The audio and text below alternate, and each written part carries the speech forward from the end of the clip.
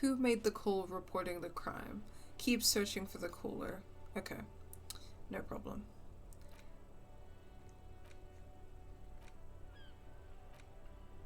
Track down your badge and gun and pay for damages.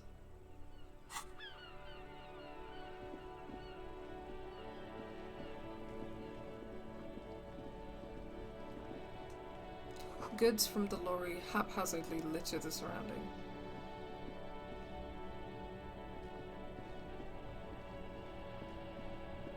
There's a lot of environment to explore right now.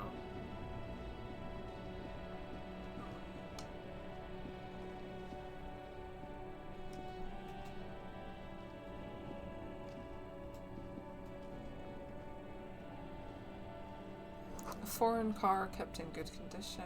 Okay.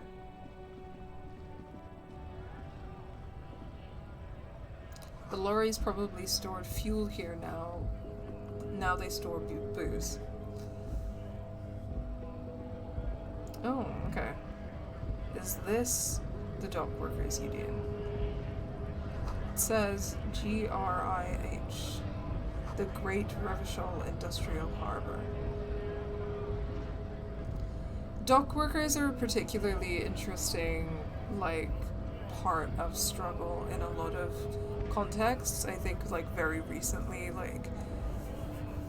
dock workers and shipping workers have been in a really integral part of, the struggle against the genocide in Palestine and against kind of Israeli settler colonialism and imperialism by kind of blocking shipment routes and stuff like that.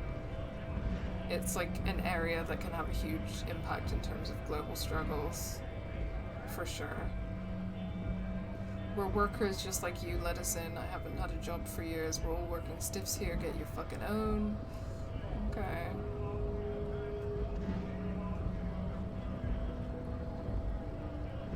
Bastards! We have a right to work! Oh my god, a scab leader. They've just called him a scab leader. Crazy.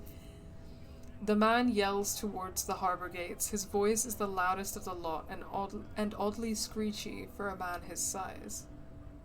What's going on here? Hold up and stay frosty, everyone. Cops are here. The broad-shouldered alpha male turns to you. He's a full head taller than anybody else here. You here to fuck with us? Beat the honest worker down. Why should I? We're here to fight for a cause. Stripes usually have problems with people who have causes. That's true. That's correct. Okay, then I'm thinking no. Good. We're fighting for a cause here. Right to work! Right to work! Besides, we're not that different.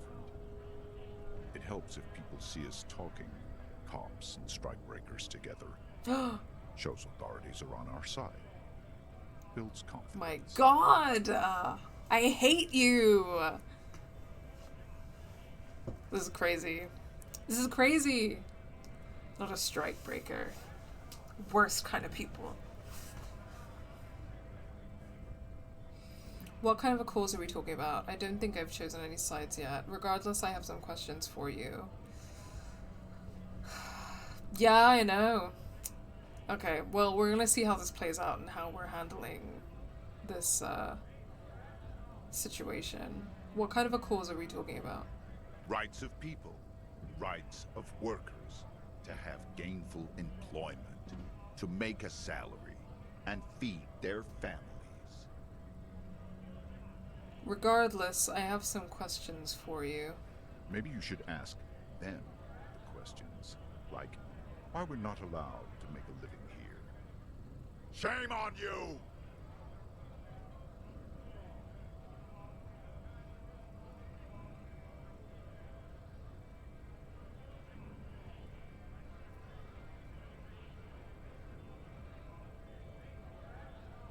We have families to feed, you piece of shit.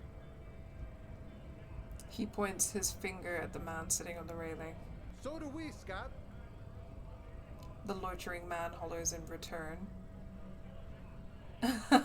What is a strike? Okay. Okay, so he's leading like a bunch of strike breakers right now. So where I'm standing is where the strike breakers are. Okay. What is a strike? I want to see what he says.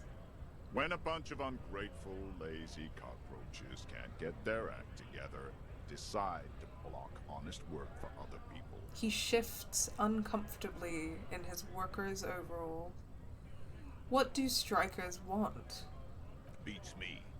They mumble nonsense about boardrooms and workers' rights, while we have the right to work!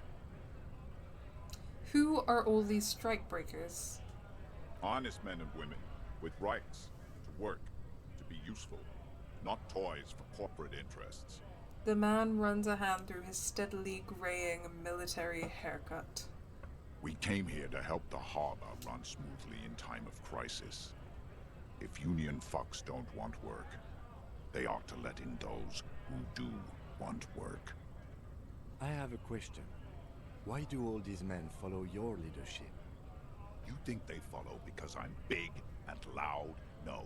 They follow the rules of the market, the rules of the economy, because they were given a job to do! Wow. What exactly is your goal here? We were promised work. We'd be in there, working, if the bastards hadn't shut the gates. It's such the rhetoric that he's employing is so interesting. We have a right to work. Like, that's crazy. I think that kind of, like, rhetoric is always crazy, and, like, the idea that, like, strikers are just, like, selfish or lazy or whatever. It's, like, what is this thing about a right to work, you know what I mean? Like, work under capitalism, particularly as a blue-collar laborer, is, like, selling your labor for a wage, right? And you need a wage because we live in a money economy where if you don't have enough money, you can't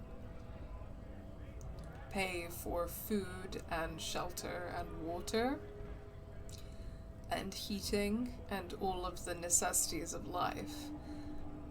Why, like, ultimately when we think about, like, living a liberated life, do you want the right to work, or is what you're after the right to housing, the right to food, the right to clean water, the right to life, you know? Nobody should have to work to produce profit for capital in order to have access to life. That's not fair. Everybody deserves access to life, you know? And I think that this kind of accepting and taking for granted of the logic of capitalism, the idea that, like, we have to work to survive. Like, yes, that's what we have to do in the current system, but, like, is that what you want to be doing? Do you want to work yourself to the bone to survive? Is that the life that you want for yourself and you want for others? You know? What is the right to work? It doesn't make any sense. Like, it's completely, like, nonsensical, rhetorically speaking, but it's very interestingly written. The rhetoric all throughout this game is very fun and interestingly written. Yeah, totally agree, Han. The term union buster is something that makes me wonder how little self-awareness certain people have. Yeah, I mean, if you, like, self-consciously know that you're a union buster, you're a strike breaker, like, that's the language that's being used, to not even mention scab, which is what you are, lol, then, like, how can you not realize that you're on the wrong side of things? You know what I mean? Okay. And you're unable to breach the entrance. Main gate's locked. Would take heavy ordnance to bust it open. Could try to get in through the secretary's office. Door's locked. The guard's blocking the way to the access panel. And I don't mean the scrawny mess punk either. I mean head measurer. Or whatever he is. Head measurer? Huge Seminese guy standing up there on the overhead passage. Won't let anyone by. The access panel is right behind it. How bad could one guy be? You seem capable. Bad. Standing on a narrow bridge, he's got a strategically advantageous position. And he's trained. I don't know how the Union has a trained killer up there, but that one's no joke, and my men are tired and hungry. They're workers, not fighters. Why don't you just talk to them? Like civilized folk, you mean? These native fucks don't understand. There it is! Oh, that scared Layla. Sorry, Layla. Okay. Fascinating. So, he refers to a guy like a scary, big, like, killer standing, blocking the way. And he refers to him as Seminese. I have a very strong feeling that I'm going to go up there and I'm going to see a man of color, perhaps a black man, and that whatever this place is and the people that are from it are, they're like people of color, because I have that vibe. It's giving me that vibe. And now he's saying that the workers that are on strike are native, which is fascinating because it's raising questions for me now about, like, what kind of society this is. Like, is this a settler colonial society? Like, what's going on here? Again, they mentioned earlier it was an archipelago, and that kind of, you know, and I was saying that it felt like there was kind of like hints that it might be giving the vibe of a place that is colonized by, like, either in like a direct colonial or a neo-colonial relationship, like indirect colonial relationship, a, you know, like France type country. Obviously these are like fictional places, but that this is a place that, you know, would be analogous to, you know, like somewhere in like places in the Caribbean that were colonized by the French, like Martinique or Haiti or something like that. Or, you know, the obviously the French colonized like parts of Africa, parts of, they've colonized other parts of the world as well. They had colonies in like North America for a while too, but because of the, I mean, I don't know exactly how you define an archipelago. I should look that up, but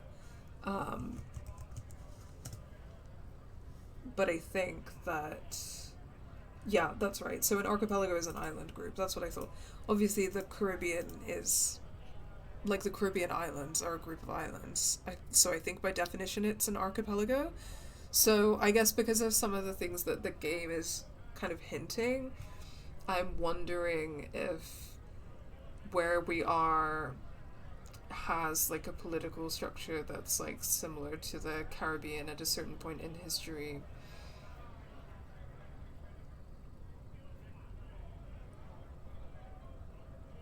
Yeah. Oh, yeah, the French also colonized parts of Southeast Asia, that's right. So that could also be the vibe. I mean, especially when we're, yeah, that could also be the vibe because, yeah, the French, they colonized Vietnam. Where else did they colonize? Trying to remember. The French definitely colonized Vietnam. I know that the Dutch colonized Indonesia. I know that the Spanish colonized the Philippines. Kanaki? I don't think I'm familiar with that place. Aeon? Let me Google it.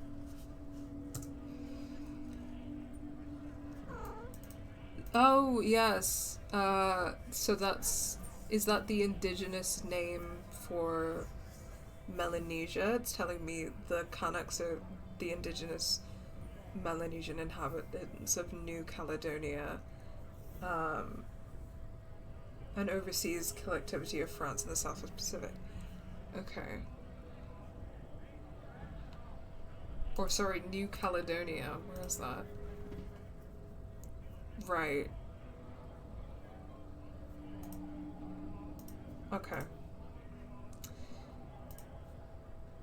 New Caledonia is the French colonizer name of Kanaki, and the Kanak people are the indigenous people of that place. And so in terms of like the region, you know, for people to visualize it, it seems that the region is like what people called Polynesia, which is obviously like a collection of various like islands with various indigenous cultures. So that includes like Samoan people, Maori people, and I guess, yeah, the Kanak people would be a group of indigenous people from that region that is east of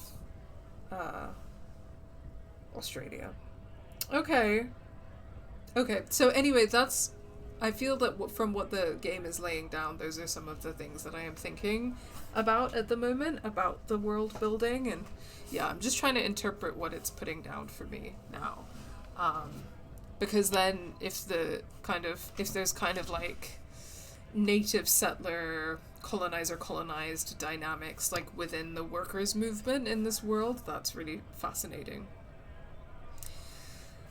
The main character's partner, Kim, is a common Korean name. Yeah, I was thinking that is an interesting point. It would be better for the neighborhood if you went home, at least for now, if you can't get in anyway. No. They will give up eventually. Or get drunk. Leave the button unguarded. Then we charge. The man rubs his jaw, a perfect, lightly bearded, square wedge. I'm just gonna leave now.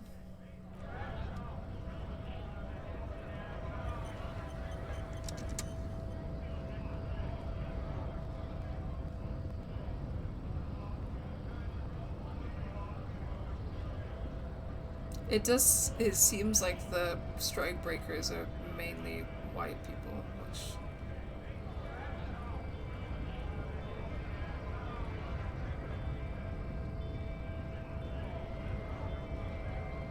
Okay, so we can't go up there.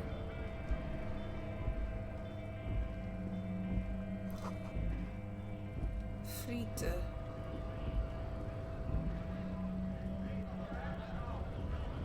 Scab? Call me mañana. Scab asks a man with jolly eyes tilting its head. Yeah, I'm a scab, poor and downtrodden. Wave your fist. Right to work. What exactly is a scab?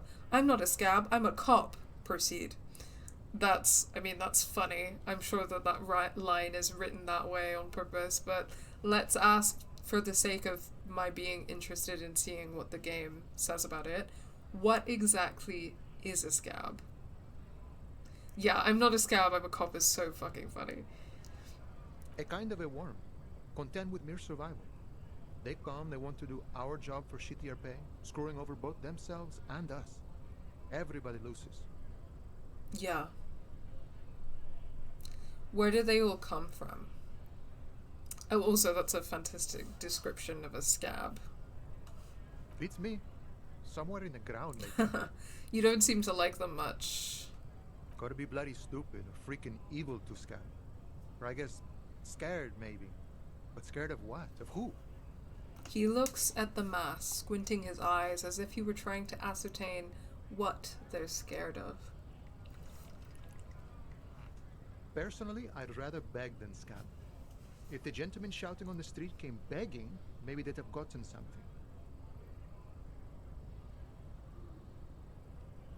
Nod. Have you tried talking to them? We've explained the matters, but they don't listen. This lot would be reasonable and go home if the big guy wasn't riling them up all the time. I'm not a scab, I'm a cop. I was just messing with you. No one's ever seen a cop scab. I'm interested to see where this line of discussion goes, but obviously, like, a scab and a cop are kind of, like, on the same side, right? Because they're on the same side of the political system, which is that they're upholding it. So a cop is, again, an agent of the state, upholds, like, the protection of capital and protection of private property, at the expense of working class people, and a scab sells out his fellow working class organizers, which is to the benefit of the ruling class, obviously.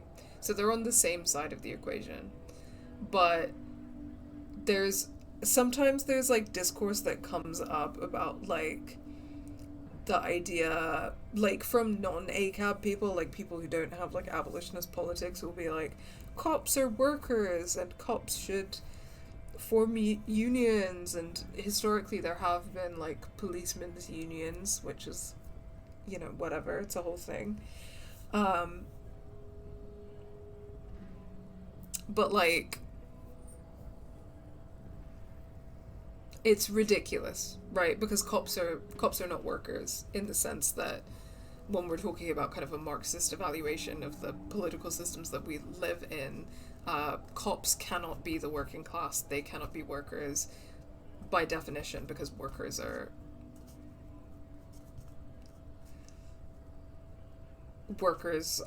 people who work in certain industries, produce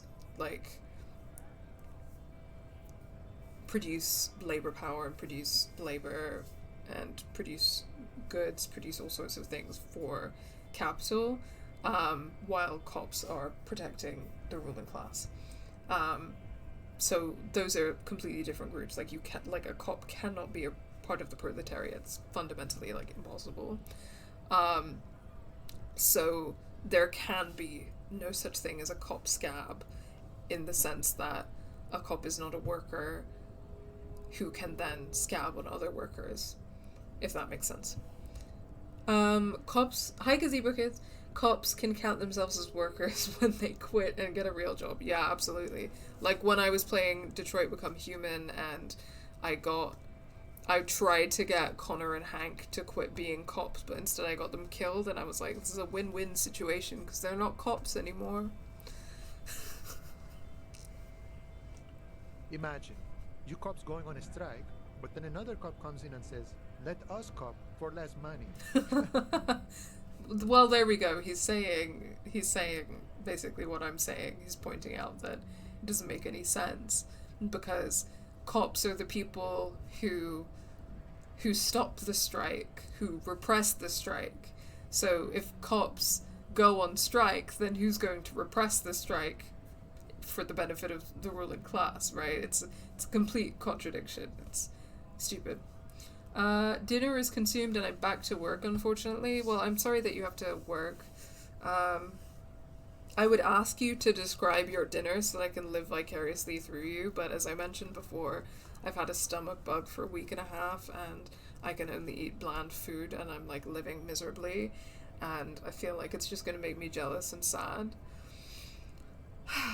Pray for my speedy recovery, because I'm so sad about this whole situation. I just want to be able to eat nice food again. Speaking of, what brings the RCM here, to the Wild North? Come to see the strife? Oh, have you had a stomach bug as well, Hen? I'm so sorry. I'm so sorry to hear that. Is there something rotten going around? Yeah, I don't know. I really have no idea. But like, it's been rough. I'm feeling like slightly better this week than last week, but I'm still like, every time I eat, I'm getting like stomach pain, and if I try to like eat, yeah, I don't know, like I'm just trying to eat like bland foods and not disturb my stomach too much, and it's just not good. And it's been a week and a half so far, so I'm getting really sick of it. Oh, that sucks. You and your friend and her fiance. That really sucks. It's the worst kind of illness to have, I feel, because when I have other kinds of illnesses, like, at least I can have some nice comfort food, but when you have a tummy bug, you just can't. There's no comfort. Okay. What brings the RCM here? I've come to Martinez investigating a murder. Murder, huh? That sounds like a lot of hard work. You'd never see me investigating a murder.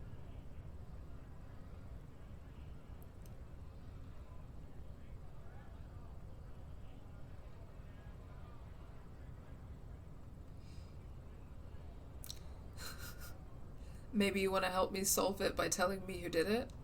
Of course, Policia. It wasn't me. You can rule me out. Easier that way. Should we? He's nice. I don't like nice. He didn't do it. It's the truth.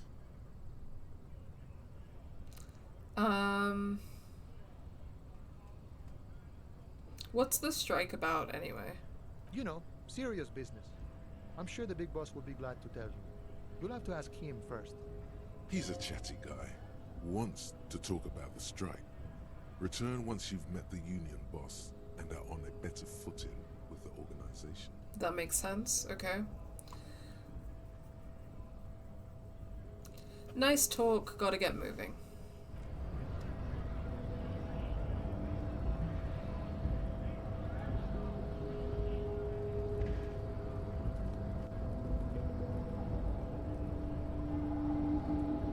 In case of a strike, press button behind guard.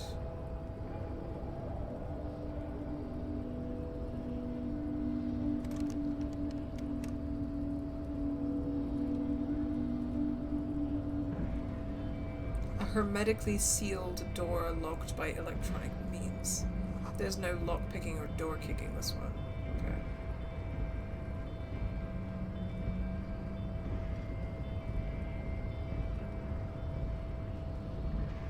Okay.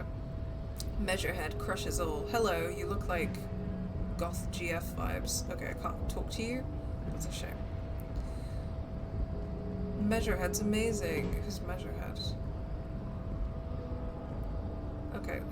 Again, this is the person that's blocking the way, and I said that they were going to be probably a man of color or black man, and I think I was right. So we're going to unpack that later when we can go through this area, which we can't at the moment.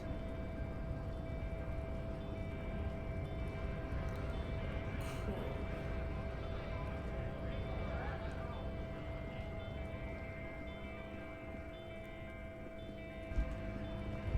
What's that?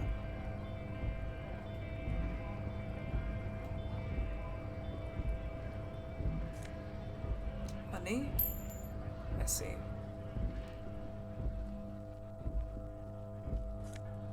Don't know what that is, but sure. Oh, gained magnesium. Okay, why not? Jump Jams, a popular musique mag. A glossy magazine, most able-bodied men. The issue hosts a top 10 list. Okay. Can't go. Can I go in there? Okay.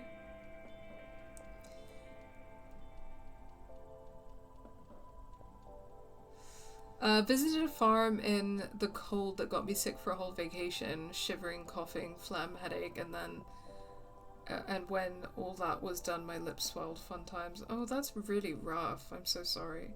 I did get to feed a blind horse, though. Pfft, you win some, you lose some.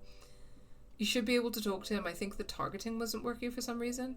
Okay, well, I'll check back in shortly. Yellow roses, dozens of them. Tulips, too. A melancholy pop song plays on the radio. The tear machine stands in the corner. A sign says, 1 bottle equals 10 cents. What is this machine? Oh, that's the tear machine. Yes, but what is it? It's a machine for tear. You know, you find tear outside, like bottles or whatever, and put it in the machine, then it gives you money. I see, and how do I pick up tear for the tear machine? You need a bag, I guess. We used to have some, but we gave them all out, so... She shrugs awkwardly. Feel free to use it if you find a bag, though. I'm sure there are some out there. Somewhere. Okay. A small cabinet on the wall is filled with various medicine bottles, nasal sprays, and blister packs. They all bear the Saint Baptiste Pharmaceutics logo. Interesting. Just ask me if you need anything from Saint Baptiste. We don't stock prescription meds, but we do have Nosafed, Duramine, Magnesium, and Hypnogamma. What do those products do? I don't know. Let's see. Nosafed is a nasal spray. Duramine is a really good painkiller. Magnesium is a dietary supplement. Hypnogamma is... I've been taking magnesium recently, alongside other vitamins because of my health issues. So I do know what magnesium does. It's supposed to help you with fatigue. That's one of the reasons I'm taking it. But we'll see, I guess. I don't really know what Hypnogamma is. I guess it makes you feel less shit. It's recommended to use after lots of partying, studying, or exercising. Can you be a little more specific? No. Sorry. I'm not like a doctor or anything. Nosafed heals +1 health. Duramine heals +3 health. Magnesium heals +1 morale. Hypnogamma heals +3 morale. Interesting. Okay. Well, I don't think I can buy any of those because I'm broke ass. Welcome to Frit. Feel free to look around or something. Everything is out on the shelves. She returns to her magazine. What's that magazine she's reading? What's that magazine you're reading? You mean this? She looks at the cover, boasting a colourful photo of two girls kissing. Ooh. This is Pop Stars. It's got, like, famous people in it. It's not for sale. Stupid famous people. I approve of this. Very futuristic. Taps on the girls kissing. That grosses me out because I'm playing as a man, so I'm not even interested in that magazine. I don't know why I asked about it. Oh, okay, it kind of grosses me out, but I'm thinking maybe I'll tap on the girls kissing. I really don't know how to tell you guys how much I hate men being weird about lesbians. Like, on every level. Like, whether it's straight men being, like, fetishizing lesbians, and obviously we all know that that's, like, horrible. But also, like, I don't know, straight men are just so fucking weird about lesbians on, like, every level. I talk to so many who, like, think they're cool with me, and, like, think that we should relate to each other. And I'm like, you don't know anything about me or my community, and I am nothing like you. So just stop this. I hate it so much. She pops her raspberry-flavored bubblegum and nods. The lieutenant frowns at you before turning to the clerk with an apologetic half-smile. Kim is a better man, obviously. Before we go on, what is this Freet? I don't know. Frit? And what is Frit? A 7 to 11 grocery store. Why is it written with 3 T's? I think they think that the extra T makes it funkier. It doesn't. Let's proceed. I have some questions for you. Okay. I'm not really supposed to be chatting to anyone, but... She puts down the magazine. Can you tell me anything about the dead body? I don't really know anything. I mean, I know it's there, but I haven't seen it, so... Did you know the man who died? Not really. Does that mean you knew him a little? No. I didn't know him at all. How long has it been there? I don't know, really long. What do you think happened? I don't know. No need to worry. It's just standard procedure for us to ask around. If you hear anything, let us know, okay? Okay. Thank you for your help. Uh-huh. Can you tell me anything about this reality we're living in? Reality? You mean, what reality? Economic reality, or...? She is like a student unexpectedly called upon by a teacher. Can she answer the classroom question? Yes, tell me about the economic reality. I don't really know anything. I mean, I'm 15. 15 is an excellent time to learn about the economic reality. Yeah, that's why I'm working my arse off in Frit. So I guess, like, that's economic. That's right, girl. That's the right line of thinking. That is part of the economic reality.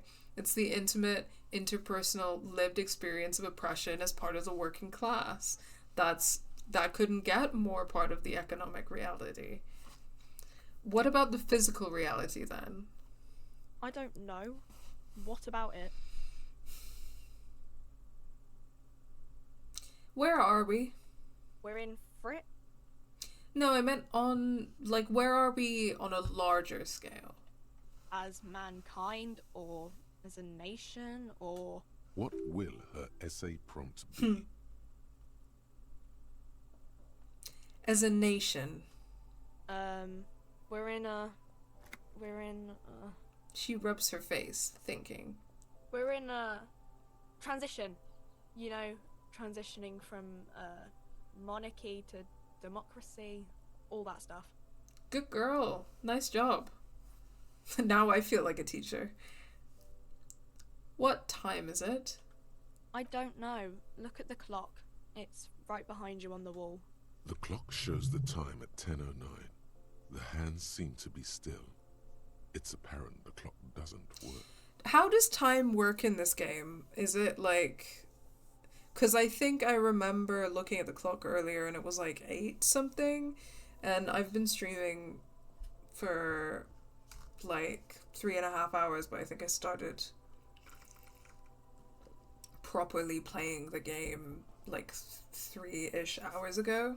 So is it doing like minute by minute according to real time? Like every... Or is there some other system? It's based on you interacting with things, every dialogue option, basically. Oh, okay. I wonder how that works. What is the revolution? When ordinary people take over the government and demand democracy. What about the one we had here in Revachol? Yeah, it happened like 50 years ago or so. Sorry, I'm not very good at this. At history, I mean. The coalition, what's that? Someone told me there is one. Our government? Or do you mean something else? Sorry, I really need to finish this article. I won't bother you with this nonsense anymore. Oh.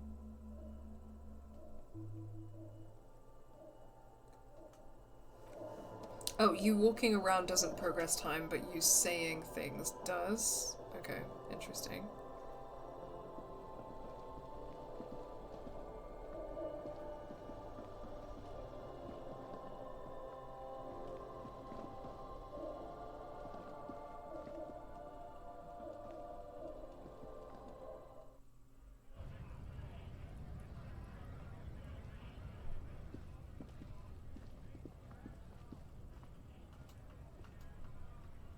Can I talk to this guy? Yes. Welcome to Revachol. Announces the rotund man. Oh god, racist lorry driver. Oh god.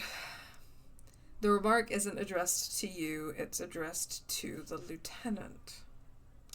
Why are you addressing my partner like that? Don't you welcome to Revachol me. My grandfather came here from a 3,000-year-old racist isolationist culture, while your ancestors came to this island a mere 300 years ago. Okay, work. So this is interesting. I know not a lot about like the world building in this game. I know that it's not our world, but it's like riffing off of some like real places.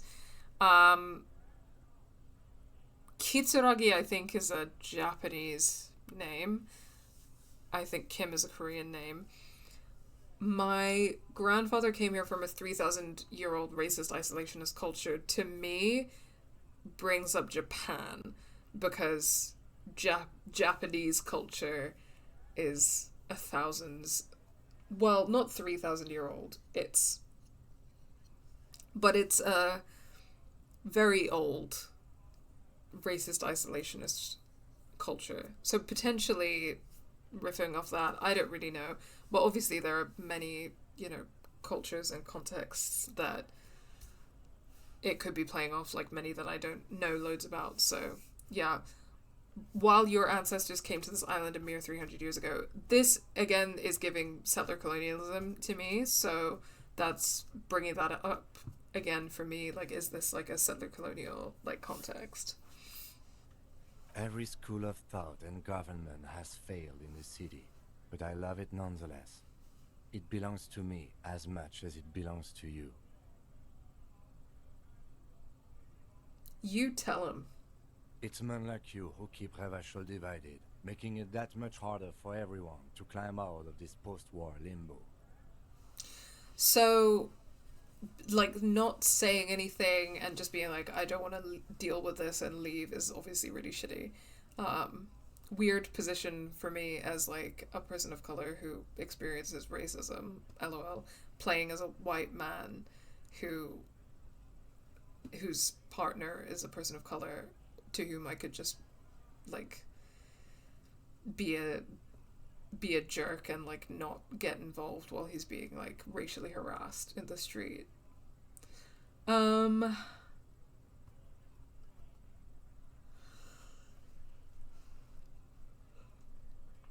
Limbo, what's going on here? Oh, come on, man. I just said, welcome to Revachol. It's a lorry driver thing. I know exactly what you meant. You think my kind doesn't belong here, that I should watch myself and behave. But you see, I'm an officer of the RCM. It's actually my job to make sure you behave. Well, I would advise you to remember that. Okay, Kim. I don't think that joining the police is the solution to your problems, because the police are part of the problem that creates the racism. You're on the wrong side here, buddy. Silence. The air between them becomes tense. There are such interesting power dynamics going on there. Absolutely, yeah. Like a blue-collar worker and a cop, but the blue-collar worker is a white man and a racist, and the cop is a person of color, is obviously, like, various power dynamics and tension at the same time. Your partner needs backup. Now's your moment to shine. Fucking A, Kim, I've got your back. Give the lieutenant a punch on the shoulder. Well, I think we all learned something here. Smile at the lorry man. Now that's settled, we have a couple of questions. These are all kind of cringy, but I guess I'm gonna pick the first one. You two make a cute couple. You know that? The lieutenant exhales and resumes his regular calmness. Now that's... Well, he's homophobic too. Great. Now that's settled, we have a couple of questions. Whatever you say, officers. Themborn says, in lore, Kim's culture is a mix of Korea and Japan. That's a choice. I will say that. I will say that is a choice. That is a complicated choice, because the relationship between Korea and Japan is a very troubled one, in which, Japan became an imperial power that occupied Korea and tried to occupy various other Southeast Asian countries because it positioned itself as, like, a racially superior nation. And so I think amalgamating Korean and Japanese culture to create, like, a fictional place that's kind of a mix of the two of them is, like, a questionable choice. Personally, I think that's a questionable choice. I would be interested, I'm not Korean, so I'd be interested to hear, like, other thoughts on that. But that's my instinct. I'm kind of like, well, I don't know about that as a choice. But here we are. Hi, Rabbit Chick. So, yes, there's no Korea or Japan in the game, but I think what Themborn means is that the fictional place that Kim is from is based off of both Korea and Japan. I mean, as in many fantasy worlds, like a lot of people base fantasy settings on like various real life locations, right? I mean, an interesting one that I think about sometimes is like, you know, in A Song of Ice and Fire, so the Game of Thrones universe,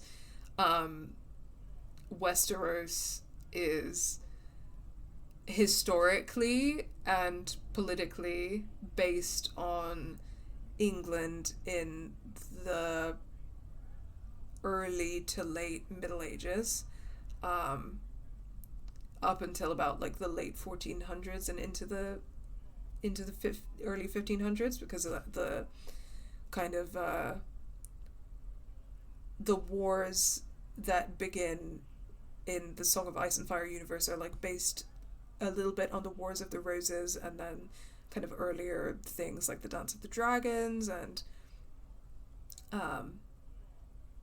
things like, or it might be the Dance of the Dragons that's based on the War of the Roses. Anyway, yes, I think you're looking early to late Middle Ages and Tudor period. So anyone who's like familiar with those eras of history, you kind of read A Song of Ice and Fire and you're like, yeah, I can totally see what's happening here. But Westeros is geographically based on based more so, I think, on South America, if I remember correctly. So like the climate in Westeros is enormous. So like obviously in reality, Britain is a small island, but in this fictional place of Westeros is like this enormous place that's about the size of South America, and it has very diverse climates, with the kind of south of Westeros being this like hot,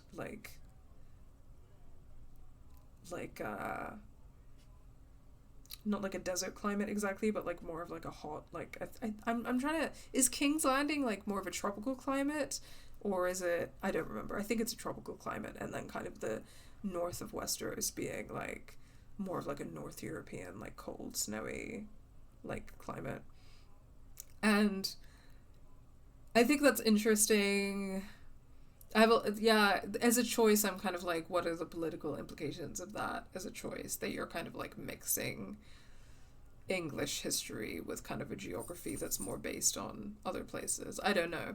That one's maybe a little bit more difficult or a bit more nuanced, but I think in this case, I think I have feelings that it's potentially a bit questionable to mix Korean and Japanese culture in the making of your fictional place. Not that there aren't like certain cultural similarities within that region, but again, obviously there's a history of Japan occupying Korea and purporting to have racial supremacy over Koreans, and also dominating their own indigenous populations to create a homogenous Japanese culture. That's I don't know how I feel about that. I'd be interested to hear your thoughts about it though. Yes, exactly, Rabbit Chick Chick. So there are elements in the lore that resemble things from those two cultures. King's Landing always reminded me of Italy's climate. Yeah, that's a good point, Lalin. So it has kind of like more of a South Mediterranean or Middle Eastern climate. Yeah. Well, just Mediterranean climate, because that applies to like both sides of the Mediterranean. Yes, okay, thank you for correcting me, Aeon. So the Dance of the Dragons is explicitly based on the War of the Roses, so yeah, I think that means that we're kind of getting into the Tudor period when we look at like the plot of A Song of Ice and Fire. Anyway, this is like a whole other ramble. I don't know how we got into this. Well, I do, but anyway, back to talking to the racist lorry driver. He waits impassively, cigarette smoldering between his fingers. What are you hauling? Oh, not much anymore. I'm here to pick up some cargo, but the dock workers are on strike, so it's a sit and wait on your ass situation. How long has this been going on then? The strike? Oh, they've been at it for a while. A month, 2 months maybe. But this here is just the last week or so. Nice going. Long strike. What kind of cargo are you supposed to pick up? Apples. Apples? Yeah, apples. I take it you had other questions? He's given you the runaround. Let's be honest, you were bested. Damn, okay. Got a smoke? No. He's got a smoke right there, in his fucking hand. Snatch that shit out of his fat fingers. You need it after listening to his garbage. It's You're my smoking last one right now. You hiding smokes from me? Why would I do that? I'm an honest man. He puts out his cigarette and flicks the tiny stub toward the street. Cool, cool, cool. Rub your hands together. I changed my mind anyway. I bet. His cool gaze pierces deep with noxious effluence wafting in the surrounding air. Sorry I couldn't be of any help. What was that argument all about? It's about biological determinism, natural law, the sorting of the race. Jesus Christ. Jesus fucking Christ. He's just coming out and saying that he believes in race science. Wow. Not the most popular topic nowadays, with a coalition in charge and all. You might want to change the topic. That is, bury your head under the sand like common sheep. What does that mean? So what's the coalition's position? Interesting. Okay. What's the coalition's position and what are the racial dynamics of the coalition and its relationship to this place? Oh, so you're just a racist. Makes sense. I'm not just racist. Look, I've read books. Huh? The science of racial theory has all been proved, even if some people don't. It is literally pseudoscience. That is completely incorrect. People who've studied these things say that you and me are superior by design. So, naturally, we Occidentals should be in charge. Obviously, you can see the merits in that. I've read books. Yeah. Aeon is also saying for educational purposes that some of the indigenous people that Japan continues to oppress today is the Ainu people of Hokkaido and the Ryukyu people of Okinawa. The writing in this game is definitely, it's good. It's funny. Yes, I can really tell you're a prime example of superior design. Open your eyes. Haven't you noticed something different lately? An unfortunate downturn, maybe? Huh? When members of the superior race cease to believe in their innate superiority, they stop competing for resources. Dude, you are so cooked. Like, what the fuck does that even mean? Like, competing for resources with who, and why is competition for resources, like, good for anyone? Obviously, even if you were to take for granted the inferior and superior race logic, which is bullshit. The problem? The damn kips are showing a real good game lately. Same with the mosquitoes. Okay, those seem like and slurs. the other introduced species too. They're on the precipice of cultural victory.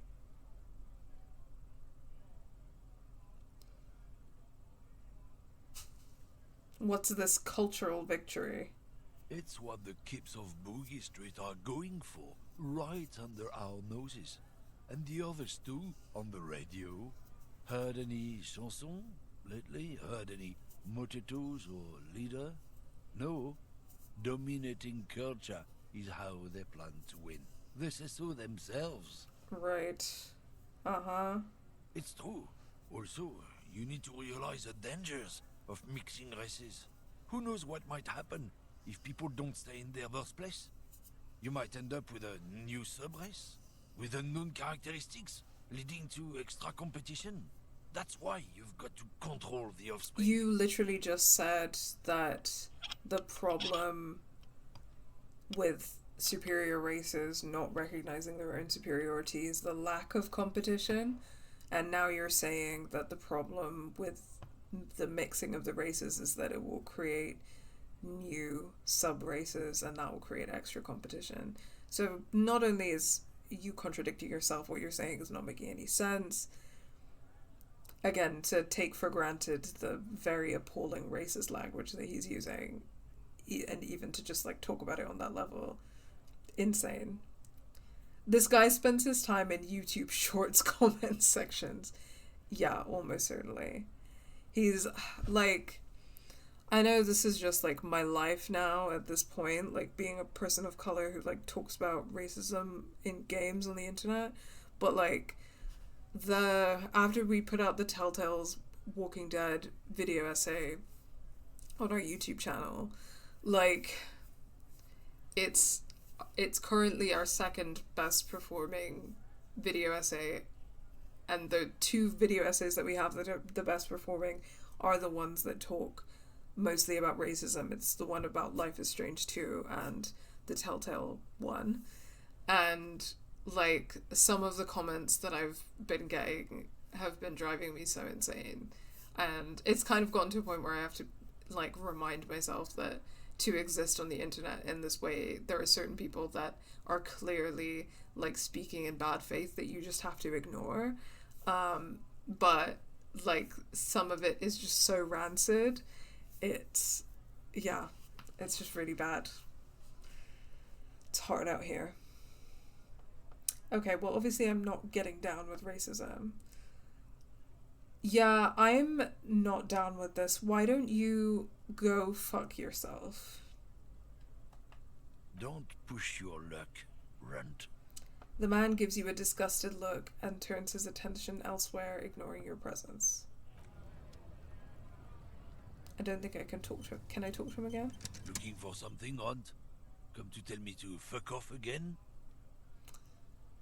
That's it, I think. Okay. Well, that was delightful, wasn't it?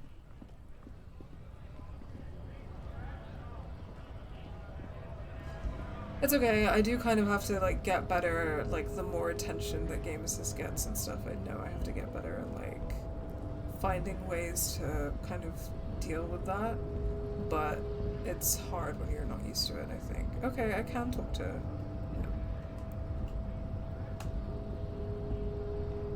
Nobody betrays your degeneracy. Measurehead. He seems cool. Again, this seems like a black man, which is interesting. Let's learn more about him before I make some potential analysis. Yeah, Measurehead. His body totally betrays his degeneracy. Damn, I hate it when my body betrays my degeneracy. Don't say anything. Size him up first. What do you mean my body betrays my degeneracy? You have succumbed to Al-Ghul. His face contorts in disgust, as if he were smelling a dead rat. You reek of it. An invisible sword of Al-Ghul emerges from your throat. You cannot see it, but others can. It is making the woman in my company sick. Al-Ghul? Mean Al-Ghul?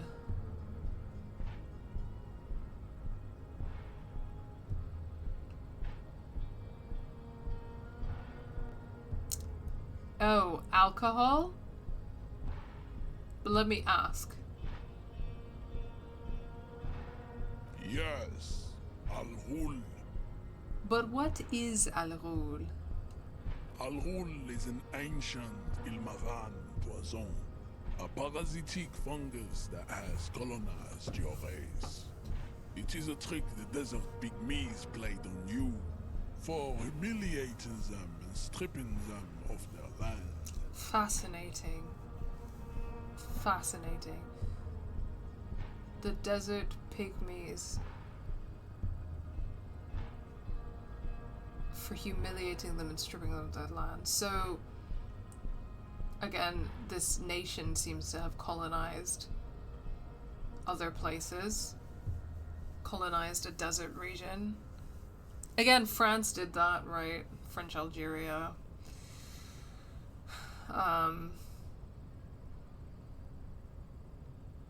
But then also the kind of a parasitic fungus that has colonized your race, so the colonizer is colonized by the poison now.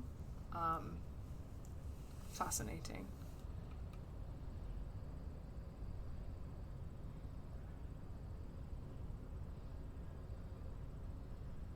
You mean alcohol?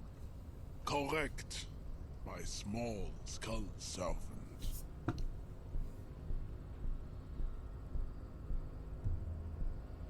Smell your breath. Kim, is it really so bad? It's not good. It's like a rat crawled into your stomach, got drunk, and drowned.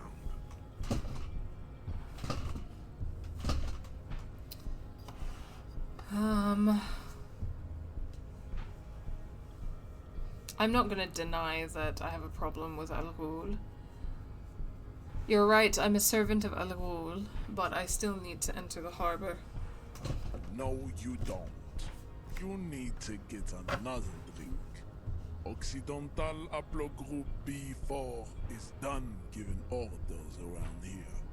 The influence of the ham sandwich race is waning. The ham sandwich race. Oh, that's brilliant. The influence of the ham sandwich race is waning. I need that cross-stitched from my wall. Show him the ham still got it.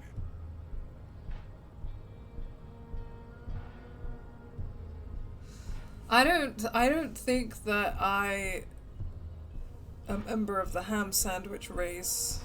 The character I'm playing, that is. I, the player, am not a member of the ham sandwich race. I'm not gonna prove anything. I'm gonna accept my humiliation, because I think white people need to do that a little bit more. The race stuff is unimportant here. I just need you to help me do my job, please. Begging for help.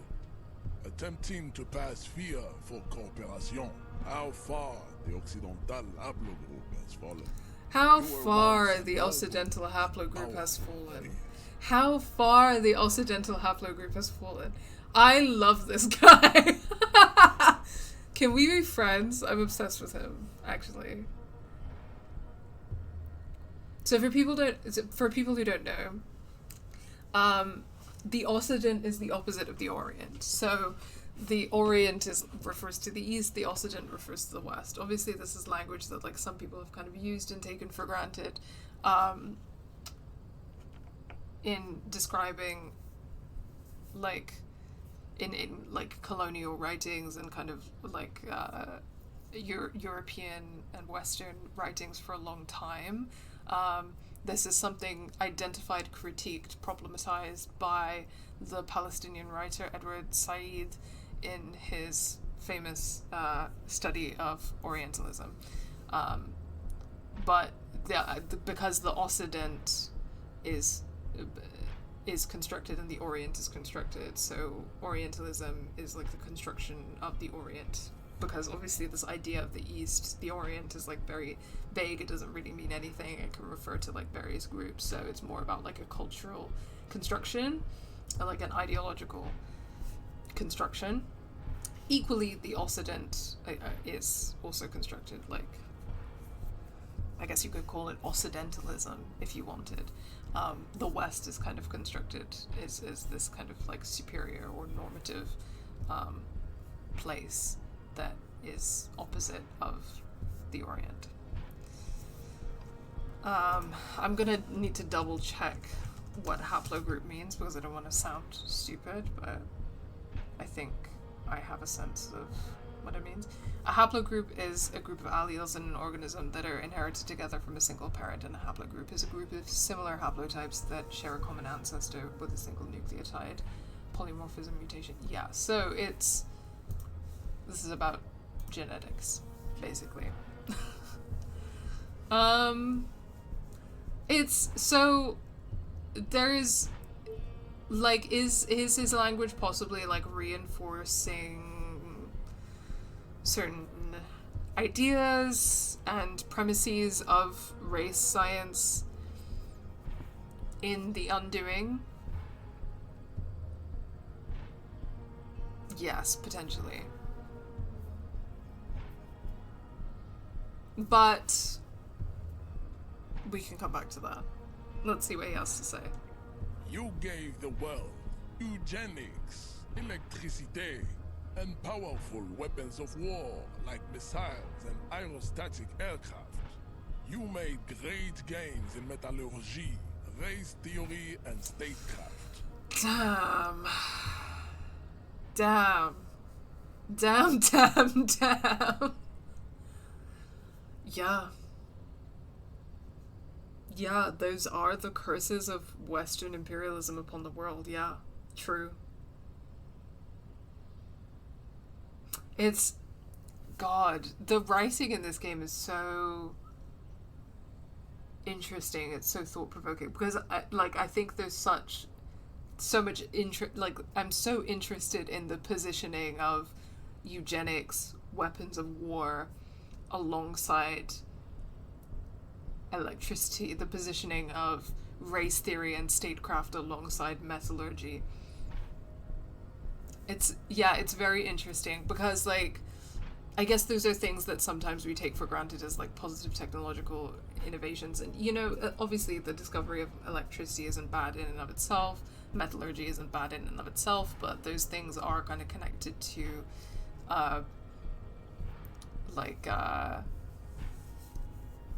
Western imperialism and capitalism, in the sense that they're kind of connected to this logic of extraction and industrialization, and how the Industrial Revolution, like, enables, like, extraction on a massive scale. So extraction being kind of like the extracting of resources from the environment to kind of create electricity. So, for example, like, within electricity, you're already kind of, like, bringing up those political dynamics. Like, electricity is not neutral, partly because of, like, the political economy of electricity, like the fact that we only have electricity in the current context because of kind of the over-extraction via kind of imperialist labor exploitation, of working class labor exploitation of oil and gas, which is destroying the environment. Blah blah blah. Metallurgy is, I'm not an expert in that, but, you know, related to kind of industrialization in a similar way. It's damn.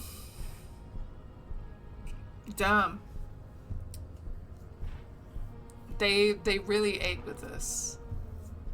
You dominated lesser cultures, like the deformed Hemians and the inexplicably potato-obsessed Quakers.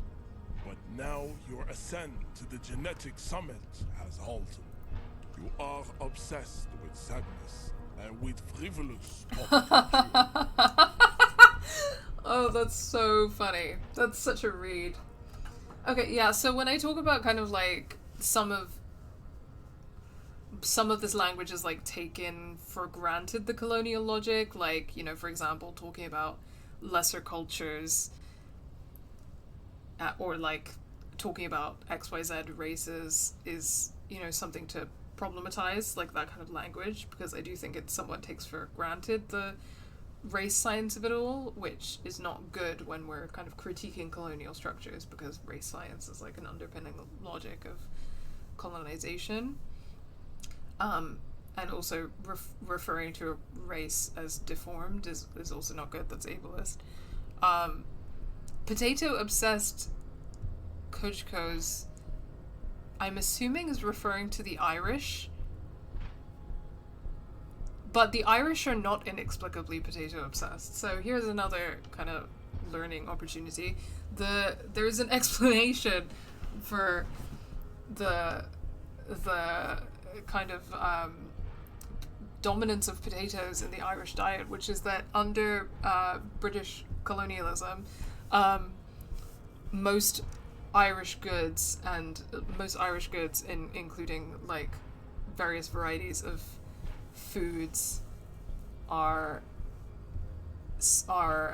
sent kind of to England under armed guard, and the Irish were made dependent on the much cheaper and also less nutrient dense food of potatoes. Like, potatoes are fine, but you need to have like other foods in your diet. You need like a diverse diet, and also potatoes aren't like incredibly nutrient dense. So if you're just eating potatoes, it's like bad for you, and that's why the Irish potato famine kind of led to starvation amongst the Irish, because like the Irish were only allowed to grow potatoes, and because of like the monocultures, the crops were devastated, and because there were no other crops, people couldn't eat. So it was colonialism again. I think it's more East European folks. Oh, Kojiko's with the J using a Y sound. Or Koikos? Is that how he pronounced it? Sorry, I didn't, I'd have to hear it again. Potato obsessed Koikos. Okay. Okay. I'm not like super familiar with that, that particular context. Maybe it's referring to Eastern Europeans, which interesting. Yes, that's absolutely right, Gazebo Kids, to the point that it multi-generationally affected the way that many Irish people put on weight. Not the only context where that has happened as well. So that's happened to other colonized people. For example, I'm South Asian, and many South Asians we intergenerationally have inherited like certain genetic development related to famine as well. So particularly the Bengal famine, that was again like caused by the British and British colonialism in India. Like at that time, it was all India. Has resulted in our bodies generationally becoming starvation adapted. So the way that we put on weight is affected by that as well. Yeah. Yeah, 100% Aeon. Yeah, so the same kind of genetic adaptations would be happening to Irish people as would be happening to South Asian people as a result of, well, I guess like forced starvation or manufactured starvation, because I think maybe sometimes the word famine kind of implies that it's like a natural famine, but it's not. Like in both the case of the Bengal famine and the Irish potato famine, it's a manufactured famine. It's a colonial famine. It's not like a natural famine, so that's important as well. You will be superseded. Isn't that right, babe? It is, baby, yeah. You know it. Sorry, obsessed with the way that he's like saying all of this shit with like a bimbo white woman on his arm. Love that for him.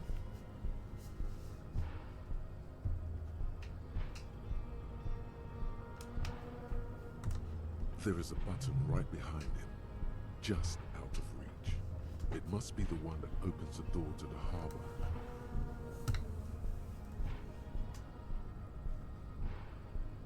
You're right about all this. Now I just need you to let me go into the harbor. Enough with this begging. You should leave the stage of history with dignity by inviting the other races to a great world war. Bring your troops to the Seminine Islands and to Boogie Street, and we will pulverize you. When you are gone, we will build a museum for you. The Seminine Islands. Okay. I'm wondering if the Seminine... Yeah. Again, I've been talking before about, like... Is the Seminine Islands a different place to where we are now? That's a question that I have. Like... So, quite a few questions. I'm like, where are we? Do we live in a settler colonial nation, or are we in the are we the imperial metropole? And where are the Seminine Islands in relation to the archipelago that we are in? And so forth.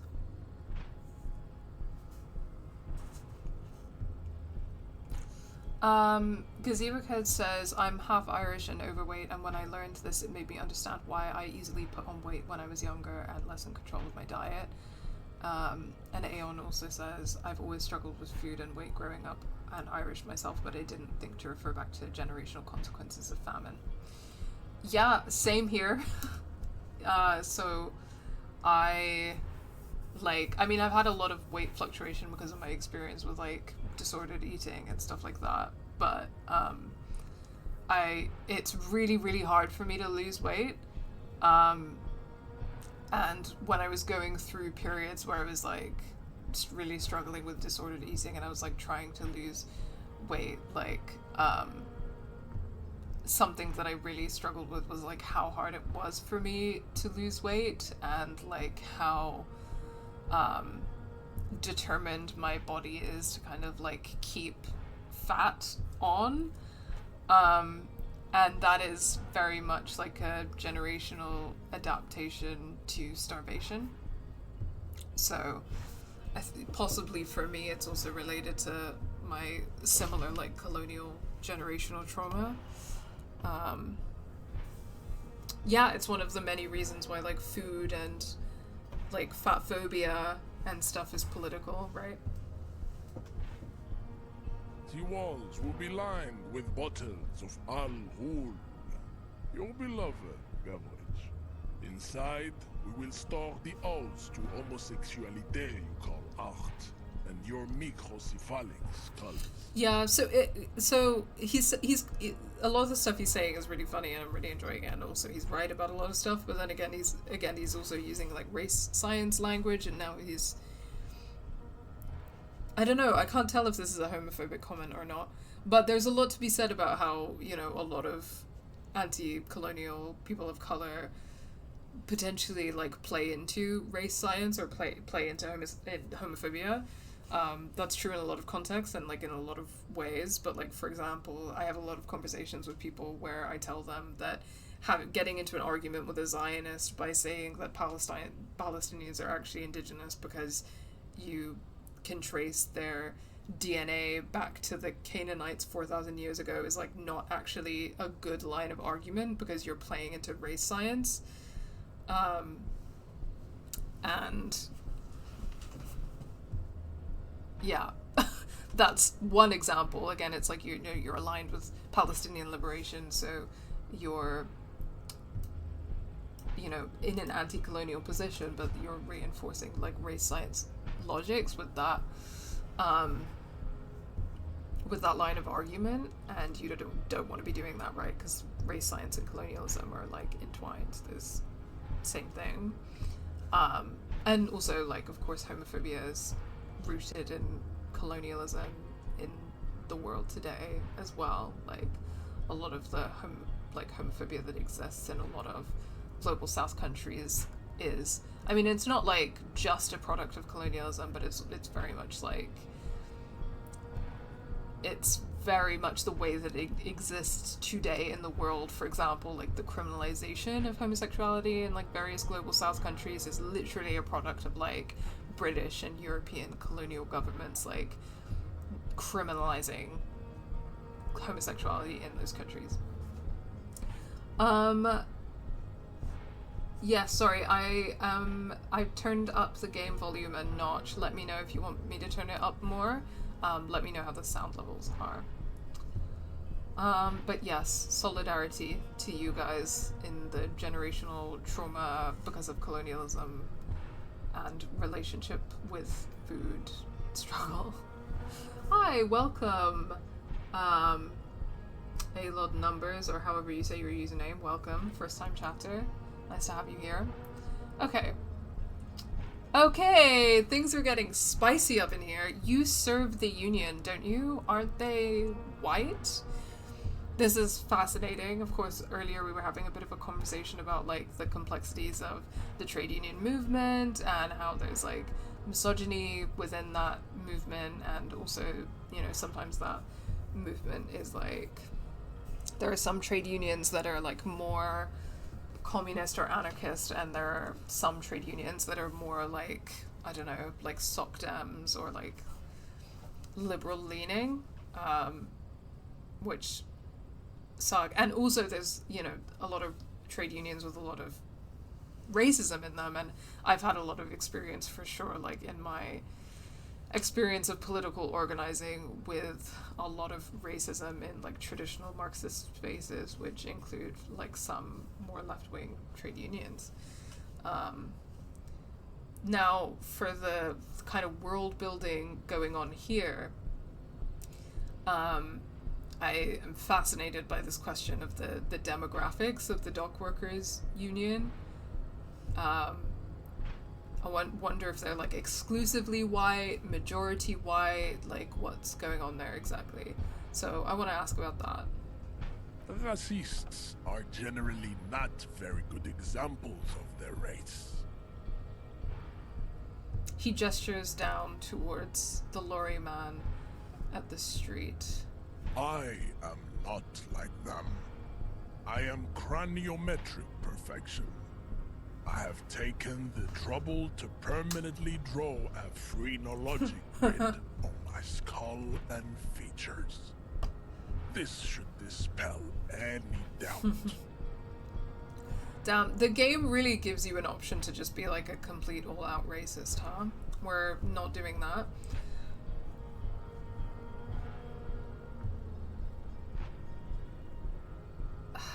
Okay, once again, yeah, this is just a continuation of what I'm talking about, which is kind of like, you're not fighting racism by leaning into the logics of race science. Your silence betrays your inferiority. You do not have a reply. You should enter a deep race slumber. Perhaps in 4,000 years, there is need for a servile homunculus. Alo Number says they love this game. What do I think about this game? This is my first time playing it. I've been streaming for about 4 hours, and I'm really liking it so far. I think it's really cool. I really love the art. I think that the writing is very interesting. It feels very intentional. Obviously, it's like very, very political, which I love. If you're new to Game Assist, that's what our channel here is all about. We talk about politics in video games. So, you know, a lot of the time when I'm streaming these games, I'm very much paying attention to and trying to like comment on the politics of it, and this is very rich in that regard. It's yeah, there's a lot of really interesting things going on, and I do also kind of love the sort of surrealism and the strange, well, I don't know if it's doing surrealism exactly, but there is a strangeness to it, like in the writing and the scenarios. And so yeah, I'm really enjoying all of those elements so far. I'm having a really good time with it. I just literally just started it today, and this is my first playthrough, and yeah. What are those tattoos of yours supposed to mean? Racists are generally not very good examples of their race. I am not like them. I am craniometric perfection. I have taken the trouble to permanently draw a phrenologic grid on my skull and features. This should dispel any doubt. Right, yeah, so this is somewhat troubling, right? Because like, you have to reject phrenology wholesale. So again, for people who don't know, phrenology is like the pseudoscience, race science, which is about kind of like measuring like the shape and size and dimensions of people's skulls in order to like determine their intellectual like inferiority and superiority, and therefore their like racial inferiority and superiority, which is obviously like it massively been debunked. It's complete pseudoscience. It's absolute bullshit. And so the I think the better anti-colonial position is, of course, to reject phrenology wholesale. So I think it's quite, like, troubling that he has tattooed a phrenologic grid on his skull and his features to prove that he's a superior race. And a lot of what he's saying is that actually my race is the superior race. This is really interesting. This is just really, really interesting stuff.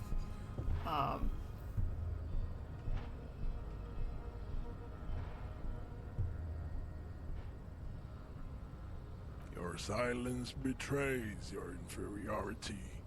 You do not have a reply. You should enter a deep race slumber. Perhaps in 4,000 years, there is need for a servile homunculus. Okay, so I don't really have options to, I guess, like, engage in this in another way.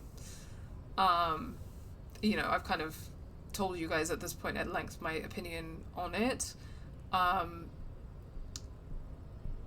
But yeah, for the sake of just exploring some of these options and going with what's here, even though, again, I feel the need to express that I, the player, do not subscribe to his race theory, and also I, the player, am a person of color, as opposed to the character that I am playing who is white, I'm going to choose to do a conceptualization check and subscribe to his advanced race theory. Ask what kind of races there are first. Classification is core to this stuff. Measurehead, I am new to this world. Help me understand its races. I need to know what kind of different races are there. Do you? The lieutenant looks at you.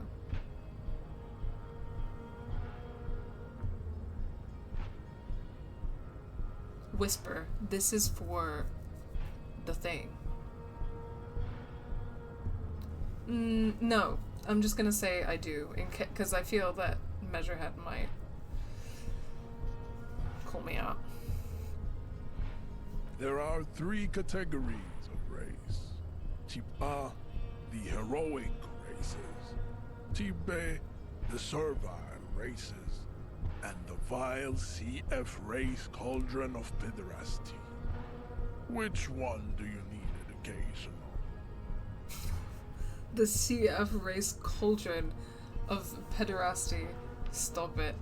I'm hoping that I'll be able to ask about all of them.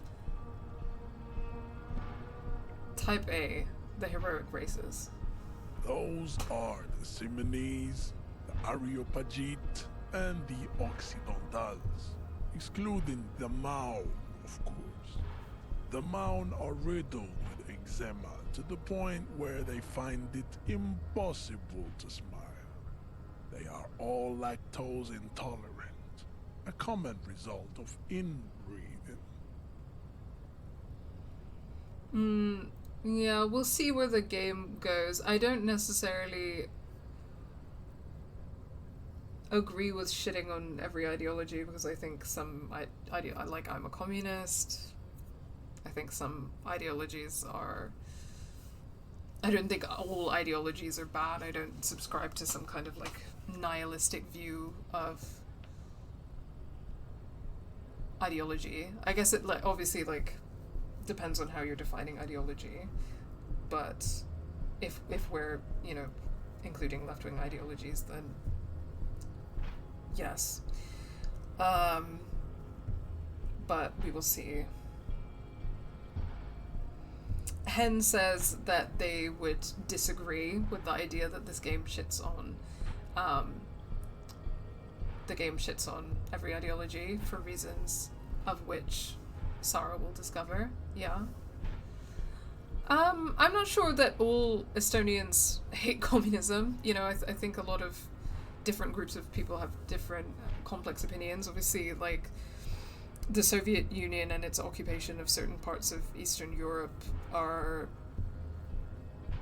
definitely understandably remembered with criticism and with trauma inflicted on the people of those regions. The Soviet Union is, however, one example of a communist country which went through various phases in its political history that are hotly debated amongst communists. I think, you know, I'm a communist, I wouldn't align with Stalinism, and I wouldn't agree with various Soviet policies in foreign nations, for example, Afghanistan, Eastern Europe. There are certain Soviet policies that I definitely disagree with in certain like eras of history and stuff like that. But like, being a communist isn't necessarily like aligning perfectly with the Soviet Union, which had good aspects and bad aspects. And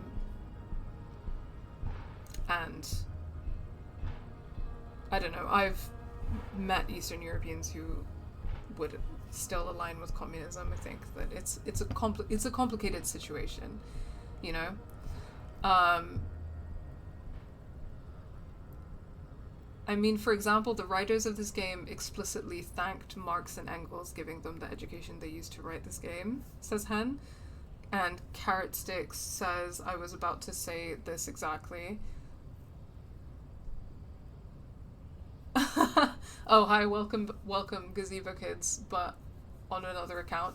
Yes. So that's interesting to know, right? Like, if the writers of the game explicitly thank Marx and Engels, then they are expressing, like, at least a Marxist position. I don't know how they identify their politics. I don't know if they would say that they're communists or anarchists or what have you, but that they would certainly be on that part of the political spectrum, I would assume, right? I think that's a pretty easy assumption to make on the basis of that fact. And so I imagine, you know, that they have thought about this kind of thing, like the Soviet Union's impact on Eastern Europe before. And I am sure that they have like complicated feelings about that, but it's perfectly possible to be a communist and also have like complicated opinions, critiques of the Soviet Union, because the Soviet Union does not stand for communism as a whole.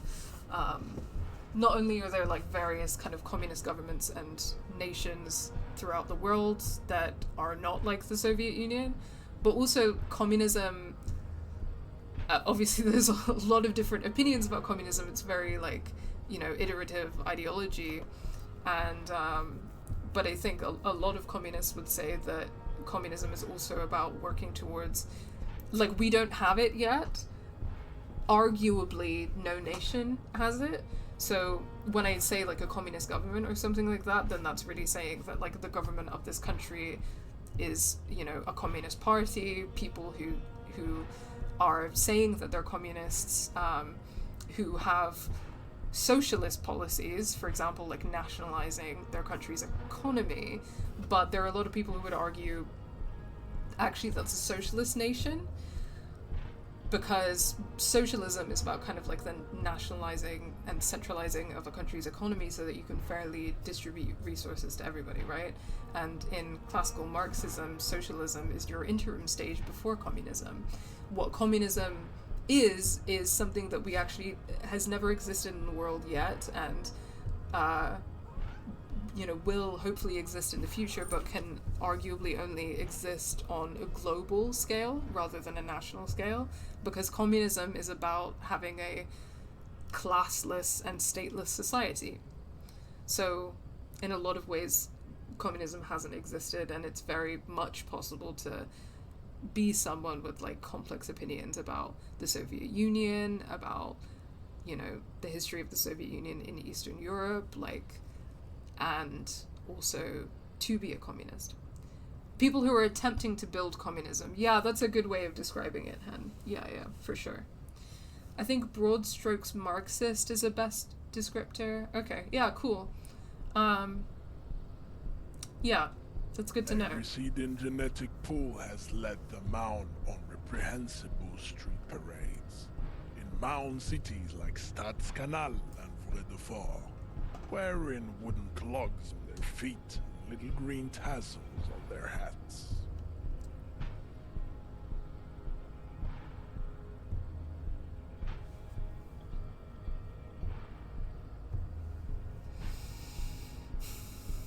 Sorry, I'm just reading back over this.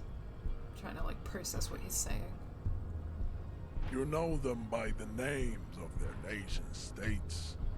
The Oranese, the Gotwaldians, and the Königsteiners. My people simply call them Maun. The Maun are proof that you can have too much Occidental racial purity and tassel-centric culture. Inbreeding has led to a lactose-intolerant subrace whom no one can take seriously. I was about to say, I thought you were doing like a reverse race science, but it sounds like you're describing white people.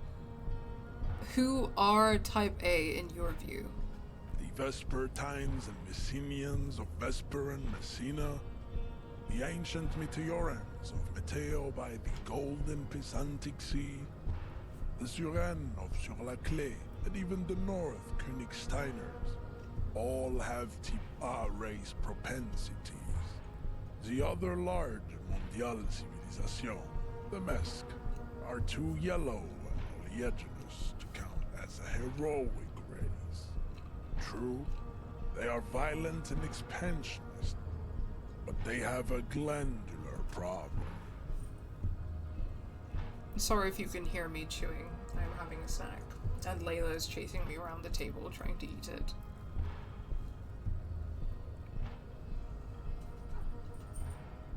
Overproduction of sebum. Sebum is leaking into their brains, making them listen to El Mariachi music and eat toxic minced meat-based food, which in turn only produces more sebum. And who are the Semines and the Areopagites in this? This is like a lot of information that's going to take me some time to process, but yeah, let's go. As proven by the Maun and the Mesk, Occidental type A is in retrograde. The Semines and the Areopagites are on the ascent.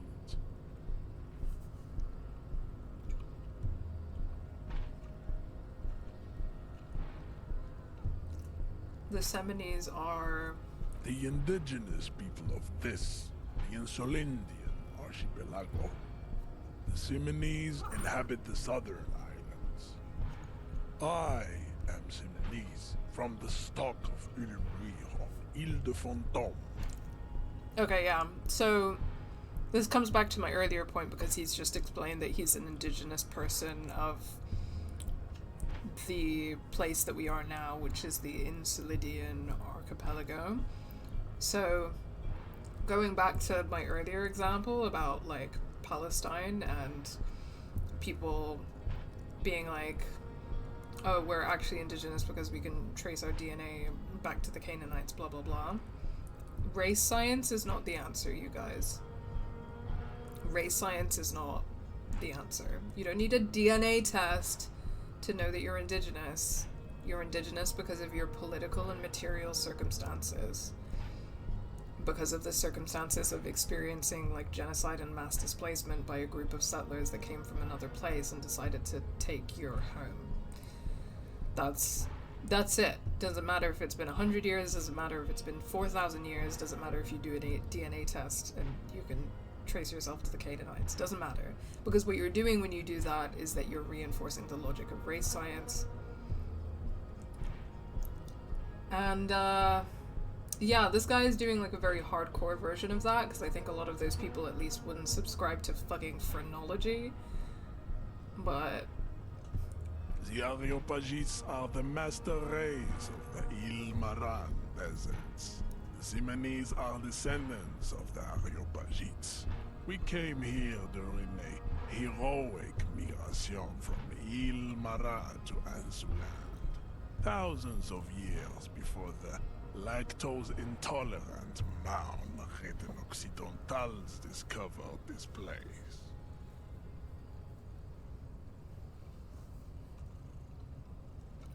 Sorry, chewing. Okay, so it does definitely sound like this is a settler colonial context. Yeah. It definitely sounds like where we are is like a settler colonial place. Okay. LMAO Germans? Who are the Germans? BTW, for your information, Sur la Clef is just actual France. That's funny. That's pretty funny. What's the difference between the Seminoles and the Areopagites? Continue receiving wisdom. The Areopagites are sleek, long-headed. The Seminoles are powerful, mesomorphic. The former is an immutable progenitor, unchanged since the Super Isola of Pericarnassus. Ancient brains rest in their slender skulls. The latter is perfected and adapting. Together they form the Semino-Areopagite or Simeopagite super race. That is all. There are no more type A races in the world. Nature was not capable of more. Wow, okay. This is so much information. But let's keep going. Type B. Type B are the unheroic races, amorphous non-competitors of the great race. The Khoikos and the Vacholier, they are mud-colored people. Jesus, mud-colored. To an untrained eye, the Khoiko appear white and pinkish, like a ham sandwich. But look into their eyes and you will see. They are of an indistinct muddy color, and so is their skin. Unhealthy, sweaty, and ashen. Okay, I mean, as much as I can't get behind his race science, I do think some of the stuff he says about white people is funny. White and pinkish like a ham sandwich. This is funny because I often make fun of some white people by saying they look like burnt ham. Pinkness is a racial quality that has to be earned through centuries of advanced ballistic warfare and cultural domination that the grad people have undergone for drinking alcohol and smoking the degenerate tobacco and for eating potato. That's really funny. Pinkness is a racial quality that has to be earned through centuries of advanced ballistic warfare and cultural domination. That's... Again, can I get that cross-stitched and hung on my wall? That's so funny. The tobacco thing is interesting though, because like the tobacco plant like has been in safe use by indigenous people for a really long time, and it's really just, once again, it's Westerners who just like harvested tobacco for smoking in cigarettes, which is obviously like unhealthy, bad consumption of tobacco. But to my knowledge, and correct me if I'm wrong, but to my knowledge, I don't think there's anything inherently harmful about the tobacco plant itself. It's like the way that it's like processed and mixed with other things to create cigarettes that you then smoke. The Khoiko, the countless micronationalities of Grad, are all inexplicably obsessed with potard. The only thing they like more is dividing into microscopic ethnostates, like political amoeba. That's funny. I can see why that might be Eastern Europe. But also, like, can I just say, who isn't obsessed with potatoes? You know what I mean? Like, you're saying inexplicably obsessed with potato. Like, even if we're putting, like, political, economic, like, factors to the side, like, have you eaten a potato? They're so diverse. They're so delicious. They're perfect. They're incredible. Sometimes I have potatoes and I think God is real, you know? Yeah, dividing into microscopic ethnostates is a Balkan moment, so yeah, that's why I can kind of see that for sure. Potato, my number one forever. Yeah, I mean it's hard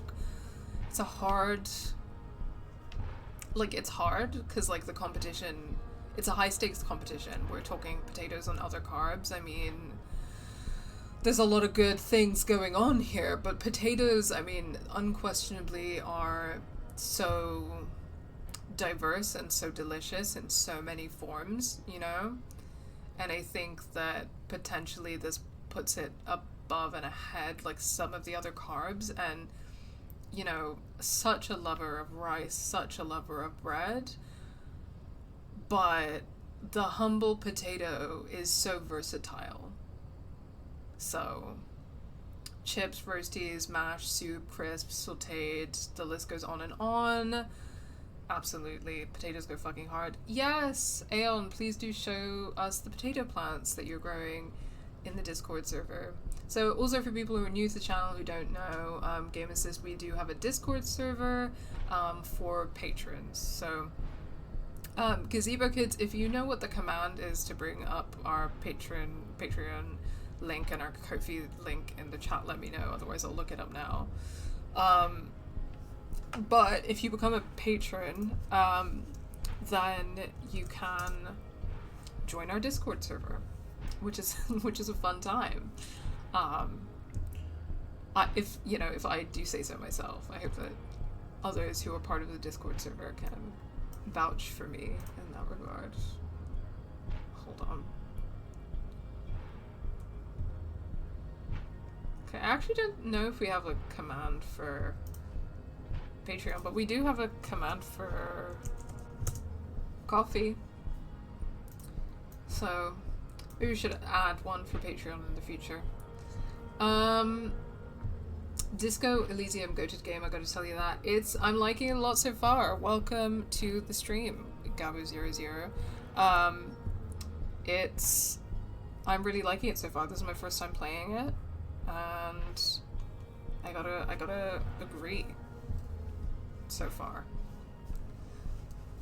Revacholians, halfway between Type A and the Racial Cauldron. Two makes to know right from wrong. You tried your degenerate little revolution, which was the single greatest failure committed by humans in our 82,000-year history on this planet. Wow, harsh. Is it 82,000 years that we've been recording history? You have very little idea of what is happening, but that seems a little off.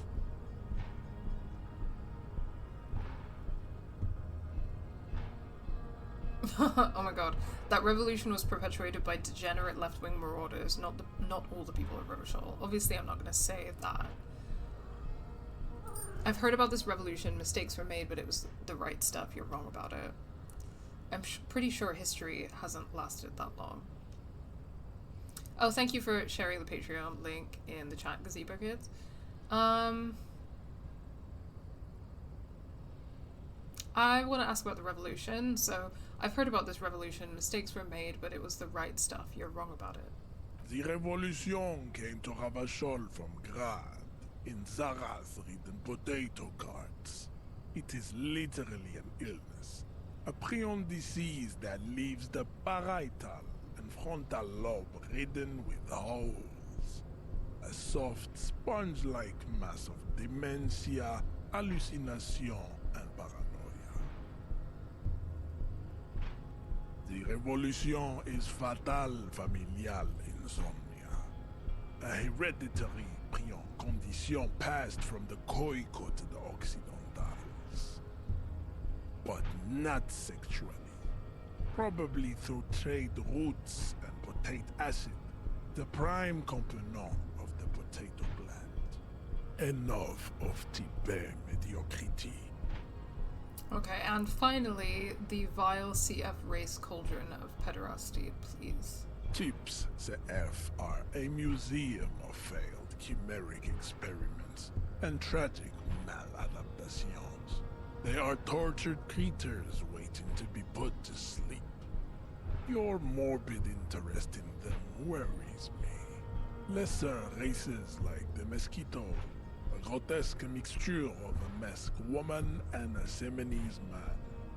Only possible if the mother is masked and the father Seminese. The other way around, they fail to produce offspring. That doesn't make any sense, but okay.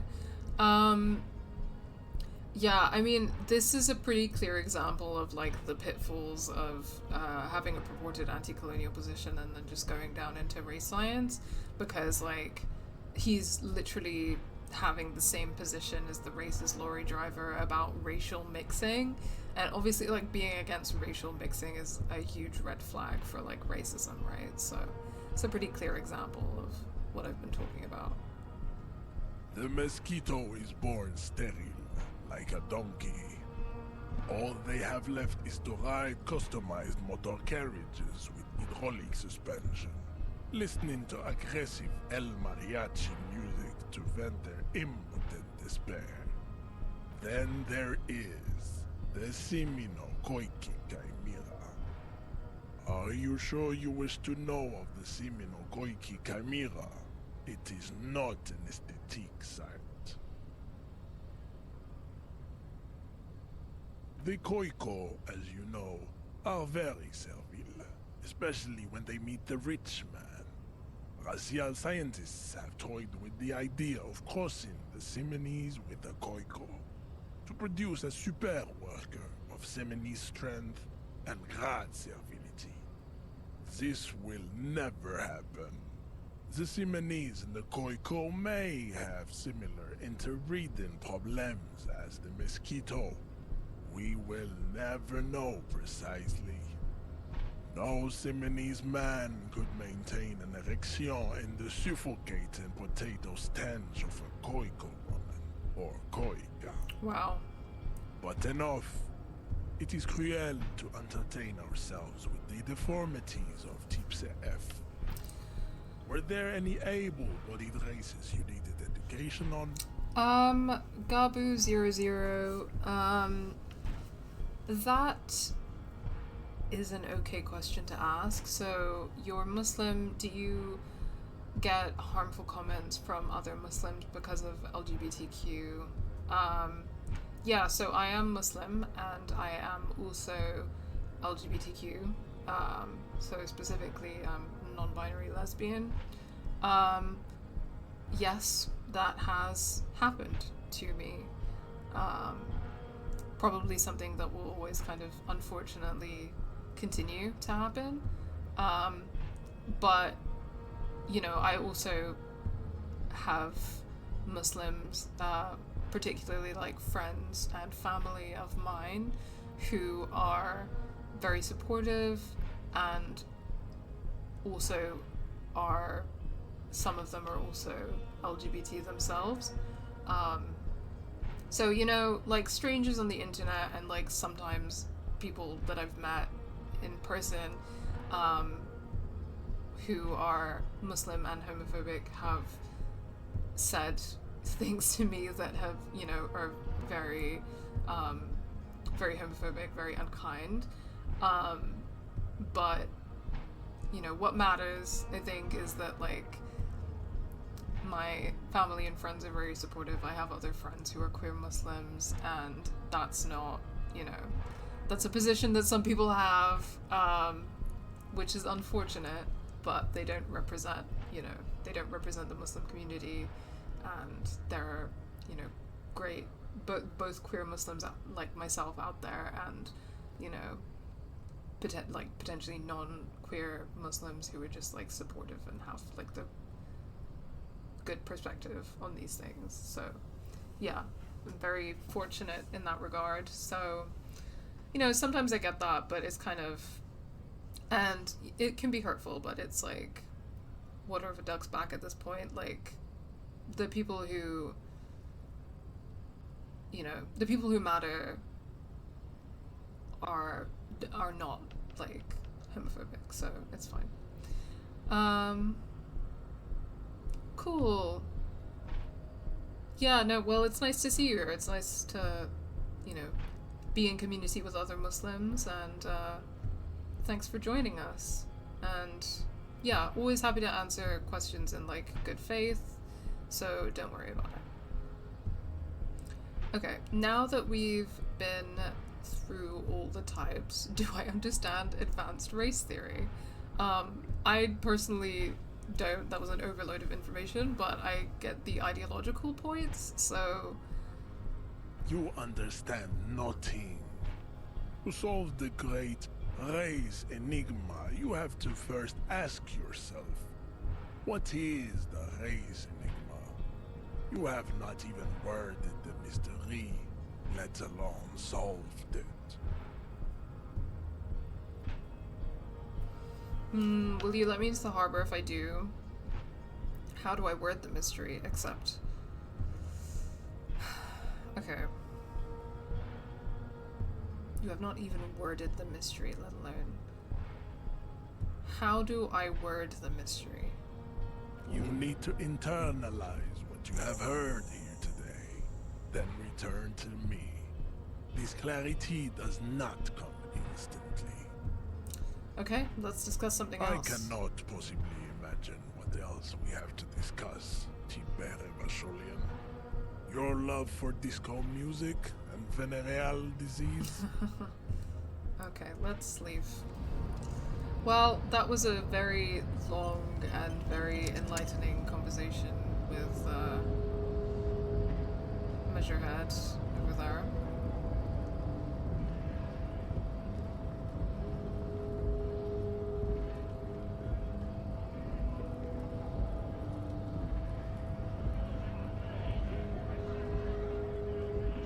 God, these strike breakers are so cooked. Imagine being like, I'm fighting for more work. I love work. Closed for winter, please use main entrance. Okay, that's kind of taken us back to this spot. What time is it over here? Okay, I might start wrapping up in the next, like, half an hour to an hour for today.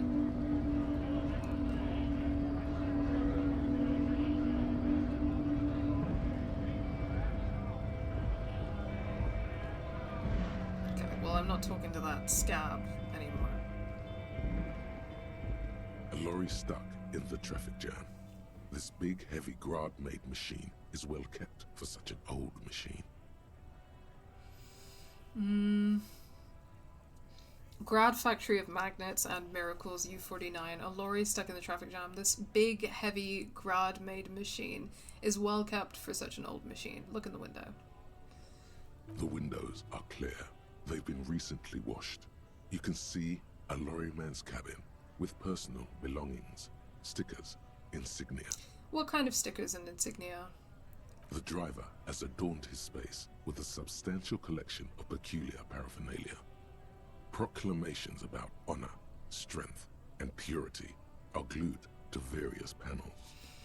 Okay. What about the back seat?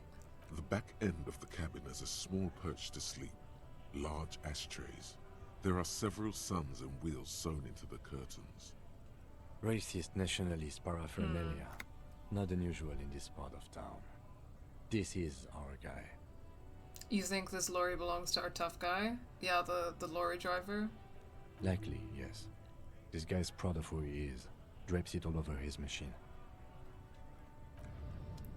Well, that's that. He doesn't seem to be a suspect in the murder case per se, so... Oh, money?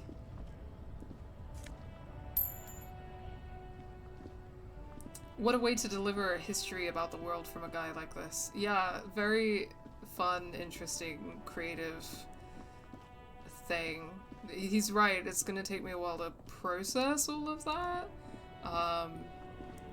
But I was saying this before, and I do really enjoy the kind of strangeness of this world and the way that things are written. The small, wrinkled woman does not greet you. She nods along to something on her radio. A photograph is clutched in her hands, and there is a warm smile on her face. It's the warmth of a winter night's fire. Maybe she could give you comfort and shelter, some cigarettes and food money. Maybe she's your... Grandma? Nothing. Her smile just keeps widening. Her hair is gray like lead. Excuse me, ma'am. I'd like to ask you some questions. No response. Wherever this woman is, your words fail to reach her. Snap your fingers in front of her face. This is rude, by the way, but I just want to try all the things. Wait, The lieutenant stops you before you can snap. she's just a distracted old woman. Better to leave her alone. Why? Why? I just told you why. If you say so. He's right, of course, but, you know. I'm a policeman and a video game protagonist, so being kind of a dick is part of the deal. Ruins full of snow. No one lives here anymore.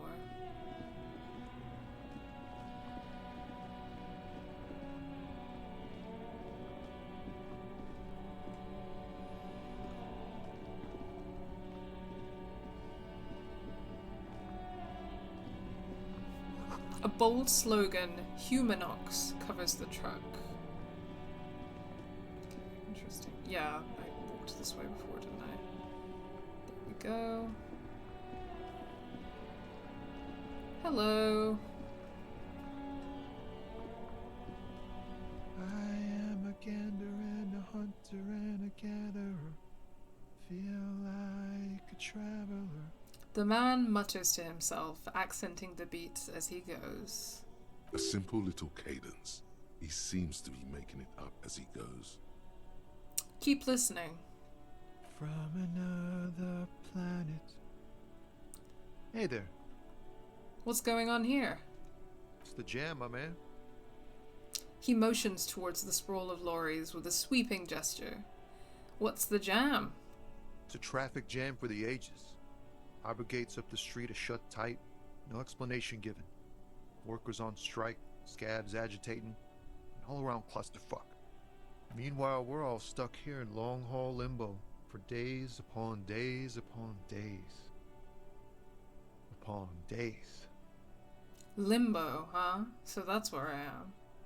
Yeah, exactly. It's official. He too agrees. This is the antechamber of the afterlife.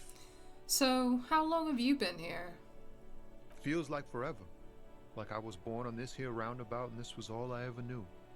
Just me and the metal and the tires, the oil and the fumes of mazout.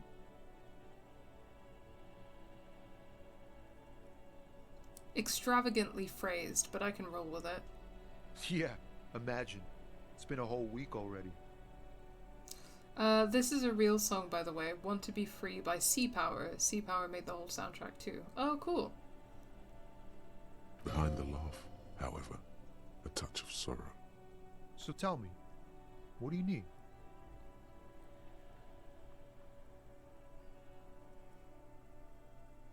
Tell me more about the strike. It's like, whatever's going on over at the docks. Workers got a blockade set up, making demands. No way in or out. What's the union demanding? Some pretty wild stuff, I hear. Like a giant new power crane in half the Hell company. yeah. I forget what exactly. Good on them, I Yeah, guess. hell yeah. I've heard talk there's a company rep in town, too. Like, a strike negotiator type. They'd know what's up. Precise demands and so on. Ah, yes, from the Wild Pines. We'll meet her soon enough, I'm sure. What do you think the company wants? They want to keep that money flowing in, my man. Ka-ching. Anything else I should know? Anything else? Yeah, this ain't really my area of expertise. I just do my job and get paid. I have things to do and places to be. All of us do. All of who? Us lorry drivers. Camionneurs. You still hang around here waiting for this mess to end. Most have scurried off somewhere to get drunk or high. Or laid. Not that I blame them, really. Not you. Not my thing. Chasing transient pleasures is a drag these days. I prefer the examined life now. Thinking, reflecting, observing. He glances down the road towards the horizon, a glint of something in his eyes. What's better than chasing transient pleasures? The more transient, the better. When one's ended, you can get onto the next one. Know anything about the dead man? The one hanging behind the hostel there? Point at the yard. He ain't one of us drivers. I know that. All accounted for. Otherwise, I haven't really asked about that. Been wasting time right here. Keep him busy. It's easy to see he's telling the truth. He's kept his nose out of the dark stuff. Busy with what? Analyzing the fundamental structural and psychological conditions of being stranded in the midst of a sea of motor lorries and their sad, despondent chauffeurs. And your conclusion? A sense of surprise there ain't more bodies hanging from more trees. What are you holding now, anyway? Oh, high-grade narcotics, illegal firearms, stuff like that. Time to arrest him. No. Wicked. I've always wanted a friend in the underworld. Ha! No, I'm joking, my man. Found runs a nice, clean business. This haul of cargo is mostly sporting goods.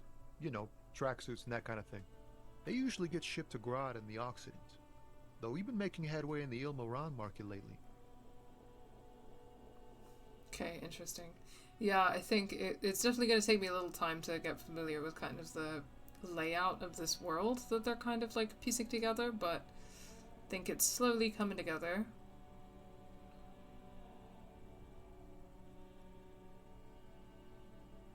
Could I get one of those found tracksuits you're holding? We're pals and all, but I can't just freely hand out the merchandise. The bosses won't be happy. Damn. That's your machine behind you? This rockin' beauty. Sure is. Like a rash you can't get rid of. You interested in heavy-duty cargo machinery? Yeah, these lorries are pretty neat. Neat. For carrying large quantities of cargo a long distance. These found tracksuits need to find their way to the kids way out in Wamrau and Loran Bird somehow. There it is again. A little touch of sadness beneath his cool. He thinks he's spent too long in this lorry. Right, I had another question. The man taps his fingers rhythmically against his arm. Empathy check. What do you see in his eyes? Ease into it. Don't go too far. This seems like a personal matter. Man, you look sad. What's going on with you? No, hey Tommy, spill the beans. What's troubling you? Man, nothing's troubling me. Just the usual Lorriman tropes and hopes. The road and the rhymes. This jam ain't helping either. That all the beans you got, Tommy? Damn, it really is hard to talk, man to man. Got any smokes on you? Nope, don't smoke. He nods towards the big lorry behind him. Some of the other drivers do, though. There's still a few around, waiting for the jam to disperse. Or waiting for the sweet release of death. Yup, nothing wrong with that statement. Your senses have nothing to add. You'll have to ask around elsewhere. Guess I'll ask around then. You could also check the kiosk down the street. Frit. With 3 T's. Rebishaw's weird. I imagine he doesn't have any spare change. I don't really like asking people for money, but I'm good for now. Good talk. Don't be a stranger.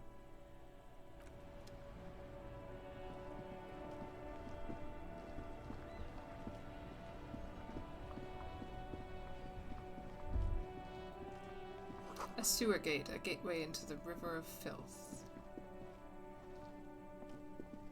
Okay, so there's even more map down here. But let me go back up a little bit.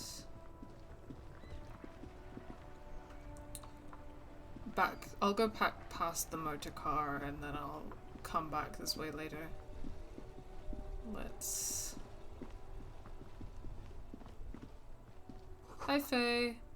There are bottles inside, you could pick them up if you had a bag. Yeah, no problem.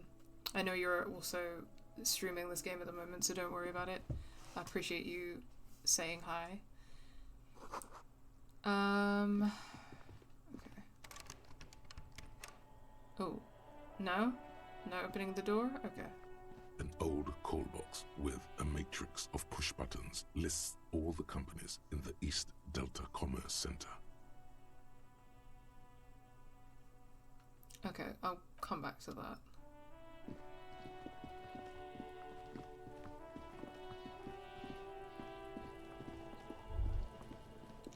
Yeah, I wanted to, I think before I wrap up for today, I think I wanted to check out the dead body.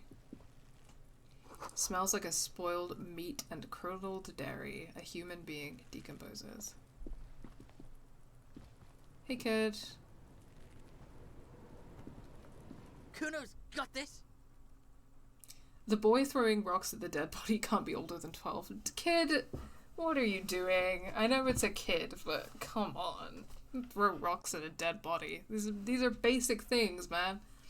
How am I finding it so far? Yeah, I'm really liking it so far. I really like the art style. I really like the writing. I think it's super interesting politically. I really like the kind of strangeness of some of it. Very Lynchian.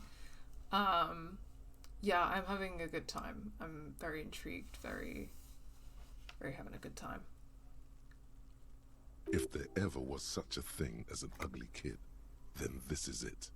He's almost exquisite in his ugliness, like a gremlin. Yeah, chat's like, what the hell are you doing, Kuno? Thank you for the follow, Le Bien Pain. Great name, because we love bread. Presuming you mean bread and not pain.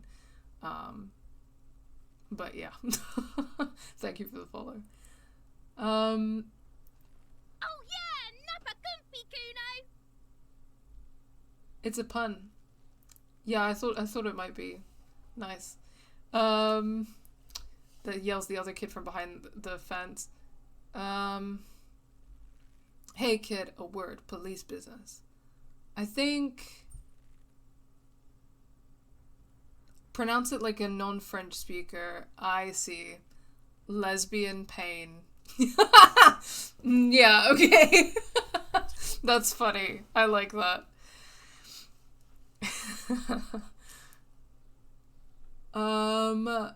Hey kid. These kids are not going to take me seriously if I don't play the cop card. You know I hate to play the cop card because fuck the police. But these kids are not going to take me seriously. I know they're not. So, hey kid, a word. Police business. Right in the dick, Kuno. Get him right in the dick. The children ignore you. Love it in the dick. Wow. Okay, F slur. The boy is sweating profusely. His eyes are like two black holes and his jaw is twitching as if trying to break free from the empire of his body.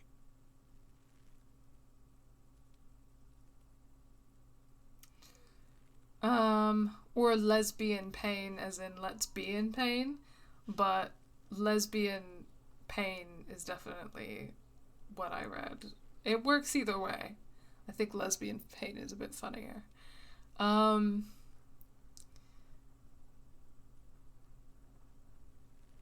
on, what does that mean? Stop using slurs at my crime scene. That's not how we do it. Can't talk, pig. Shit's coming up strong. Throwing rocks. Shit coming up strong. That sounds good. Joyous.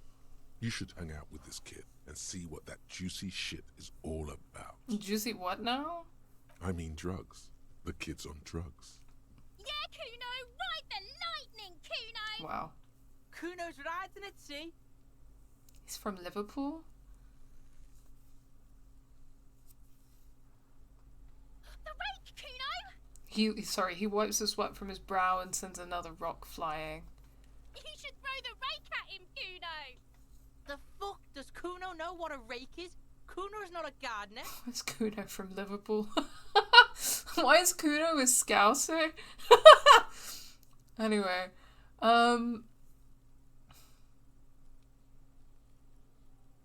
Kim, what should we do? Let's ask Kim's opinion. We shouldn't do anything. I don't tempt such forces. What forces? You will see. Look, I have questions for you. Alright, entertain the Kuno. Show me what you got. What you got there? What you got, huh? Show me what you got. The body, what do you know about it? About the crime scene, you kids often play in this yard. Right, Pig. This is where Kuno plays with his little wooden choo-choo. What do you want with it? I might have questions later. For now, let's talk about something else. Yeah, whatever. Kuno doesn't give a shit. The body, what do you know about it? Shitload, Pig. What's your question? Don't tell the pig shit, Kuno. Kim, what do we want to know? If I were to want to waste my time, which I do not, I would ask them who he is, how he got there, and the usual. Do you know who he was? Kuno's fuck imp. Kuno uses the fuck imp for target practice. Do you know how it got up there? Probably climbed. Kuno was busy down the road when that shit went down. So you didn't see it happening? You heard Kuno. Kuno wasn't even in Martinez. Kuno wasn't in Revachol. Kuno wasn't regional. Oh, okay. Where'd you go then? I don't know. Some fucking... He looks around, trying to come up with something. Mesk or I don't know. Some other place. Night City. Kuno was in fucking Night City. Where's Night City? Kuno gives this info out on a need-to-know basis. And you don't need to know. Kuno didn't smoke the gimp, if that's what you meant. Have you seen anyone suspicious around? Just a couple of pigs sniffing around in the dirt. That seems pretty fucking suspicious to Kuno. Yeah, you tell the faggoty, Kuno. More on this later. Right now, let's talk about something else. You're testing Kuno's patience here. Get lost. Wow. It's good that it's interesting they make you know what slur they're saying, but they bleep it out both in the voiceover and on text. I gotta ask, who is Kuno? Kuno's Kuno, pig? The boy points to his chest with both thumbs.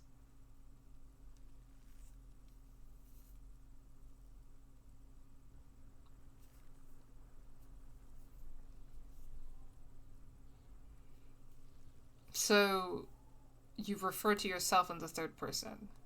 The fuck are you calling a third person? Kuno's the fucking first person. He looks slightly confused, but proud he came up with that retort. But right as he's getting distracted, you hear a malevolent hiss from behind the fence. Watch out, Kuno! He's trying to fiddle you! He's gonna put his hands on you! The thing behind the fence starts squealing, shrill and violent like a fire alarm.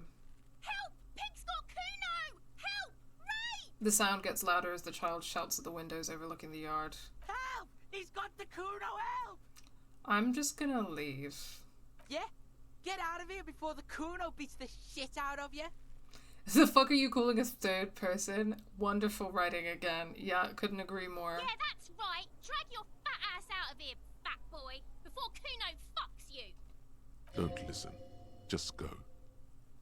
Fine! Got fucked by the Kuno. We alright? You wanna get fucked again? Come back.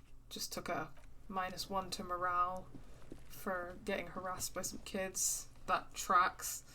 Unfortunately, they don't do that for the R slur. Oh, that sucks. The kid's ladder is rickety but still climbable. Someone's trying to grow herbs in the greenhouse. Okay.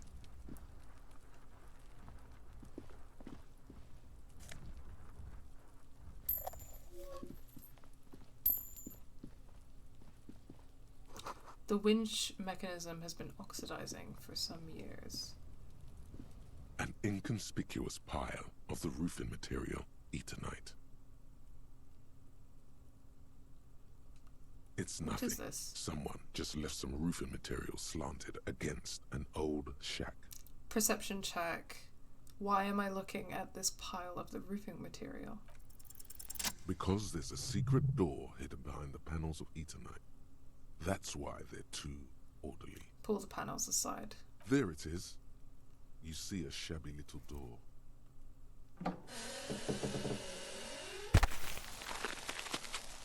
Nice.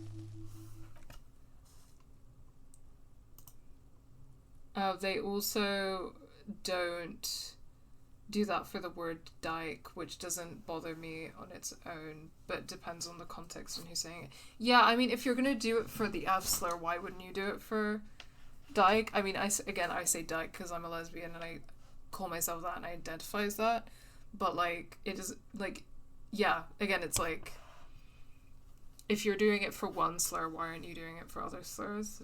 I don't know. What is this then? A tool shed? Let's investigate.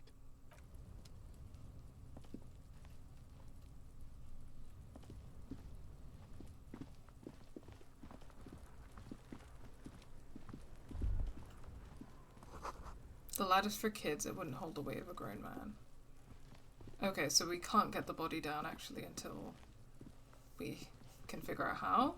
The corpse looks at you with bulging white eyes. The face around them does not look human. It's swollen and ready to burst. His lips are fish-like and his tongue like a ball gag in his mouth. Damn. The hanged man. You seem to be holding your breath. Look down. A cargo belt twists his neck at an unnatural angle. The body below appears stiff. It's letting out an ungodly rot. The smell seeps in, even through your clenched nostrils.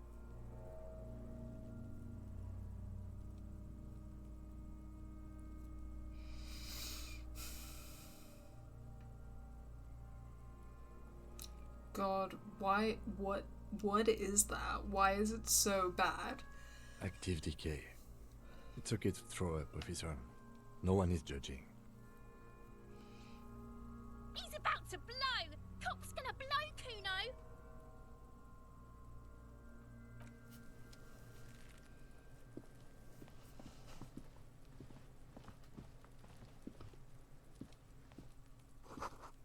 The letter R wears a crown, or the ribbon below, a light above descending. This trash container is locked. The sliding lid has a padlock that says, "Whirling in rags." There's something in there, not necessarily connected to the case, but still. Why am I looking at you, trash container? You're just a trash container. The body is downwind from here. Maybe you prefer the smell of garbage to the smell of death. Lieutenant, what do you think could be in here? Trash, food waste from the cafeteria. They lock these containers to keep the derelicts from flocking in. Could be evidence too. Yes, I feel like there's something in here. What do you mean, feel?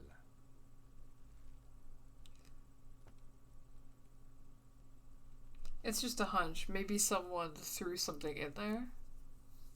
Mm-hmm. He leans in to inspect the lock.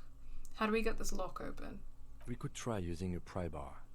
There's one in my motor carriage, Or, Lieutenant? Or we could ask for a key from the manager of the Whirling in Rags. He probably has one. Okay. Gotcha. Alright, let's check out the shed. Briefly.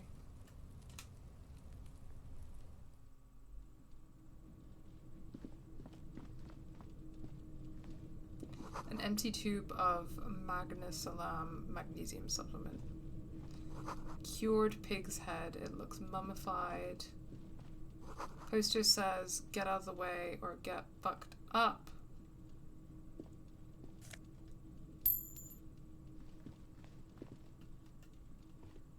A silver plate with traces of bone yellow powder. Be still, my beating heart. It's amphetamine. Sweet amphetamine. The lieutenant isn't studying the powder in the mirror. He's studying you. Someone has taken narcotics here. Perhaps the police should interfere. I wasn't thinking about taking it, I swear. I was thinking about justice. I've heard amphetamines make you a really good detective. Are you a really good detective?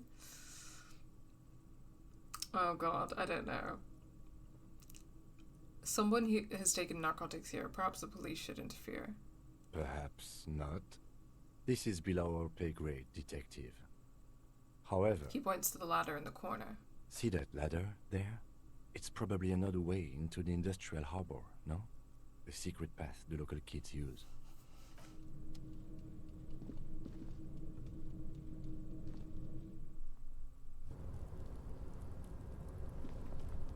Okay, nice.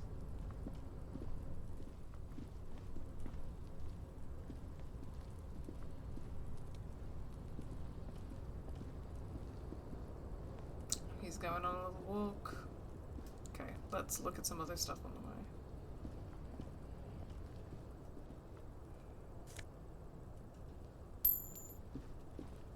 Wow, I wish I found this much change on the floor in real life. Restoration pillars keep the ruins together.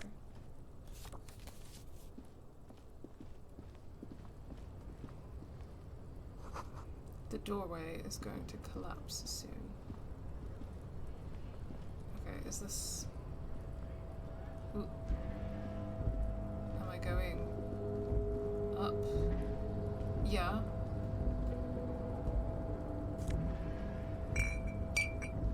There we go. Okay.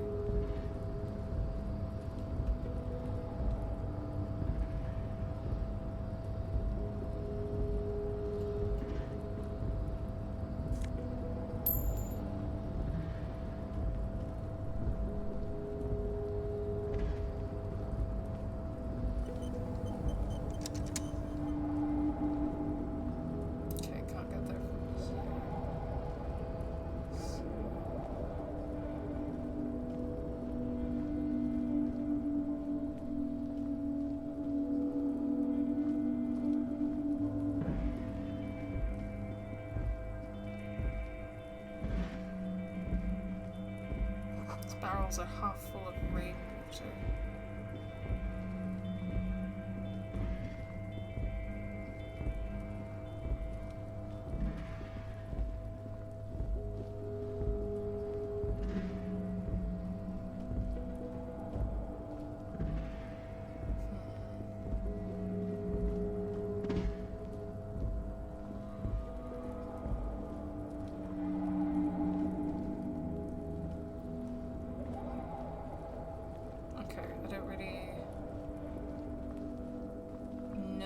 To navigate further. So I think I'm just gonna go back down for now. And if I can't yet figure out how to pull down the dead body, like if there's other stuff that I need to do, then I might call There it quits he for still today. is, looking right through you with his white eyes. The body below is entirely dedicated to that corpse smell. Emitting it is all it does now. Okay, I'm gonna try rolling for endurance. Active decay. It's okay to throw up, officer. No one is judging. He's about to blow! Cock's gonna blow Cooney! The smell is repulsive. It pushes in from your mouth. More instant and more familiar than anything you'd expected. More fever than odor. It fills your mind, flushing you from within. Try to walk away.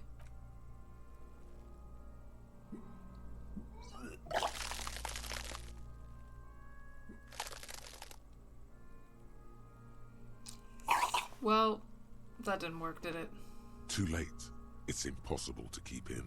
Your body curls and pushes it out, burst by burst, until a pool of vomit lies under your feet, and your throat stings from the stomach acid.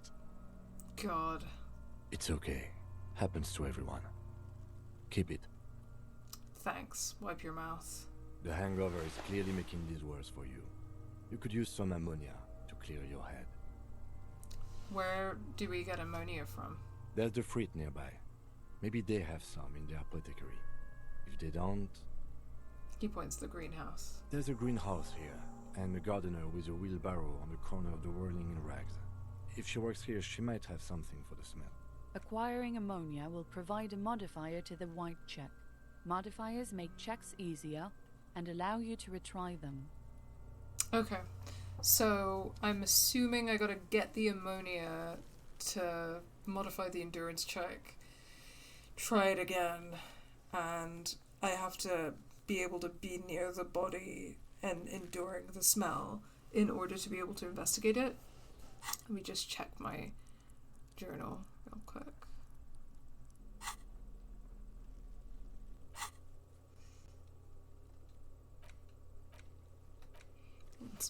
Inspect the victor. Yeah, get ammonia from the gardener or the Fritz store. It'll make it easier. What is the race enigma? Pass some time to internalize the learning and then return to Measurehead. There's a locked trash container. Okay. Cool.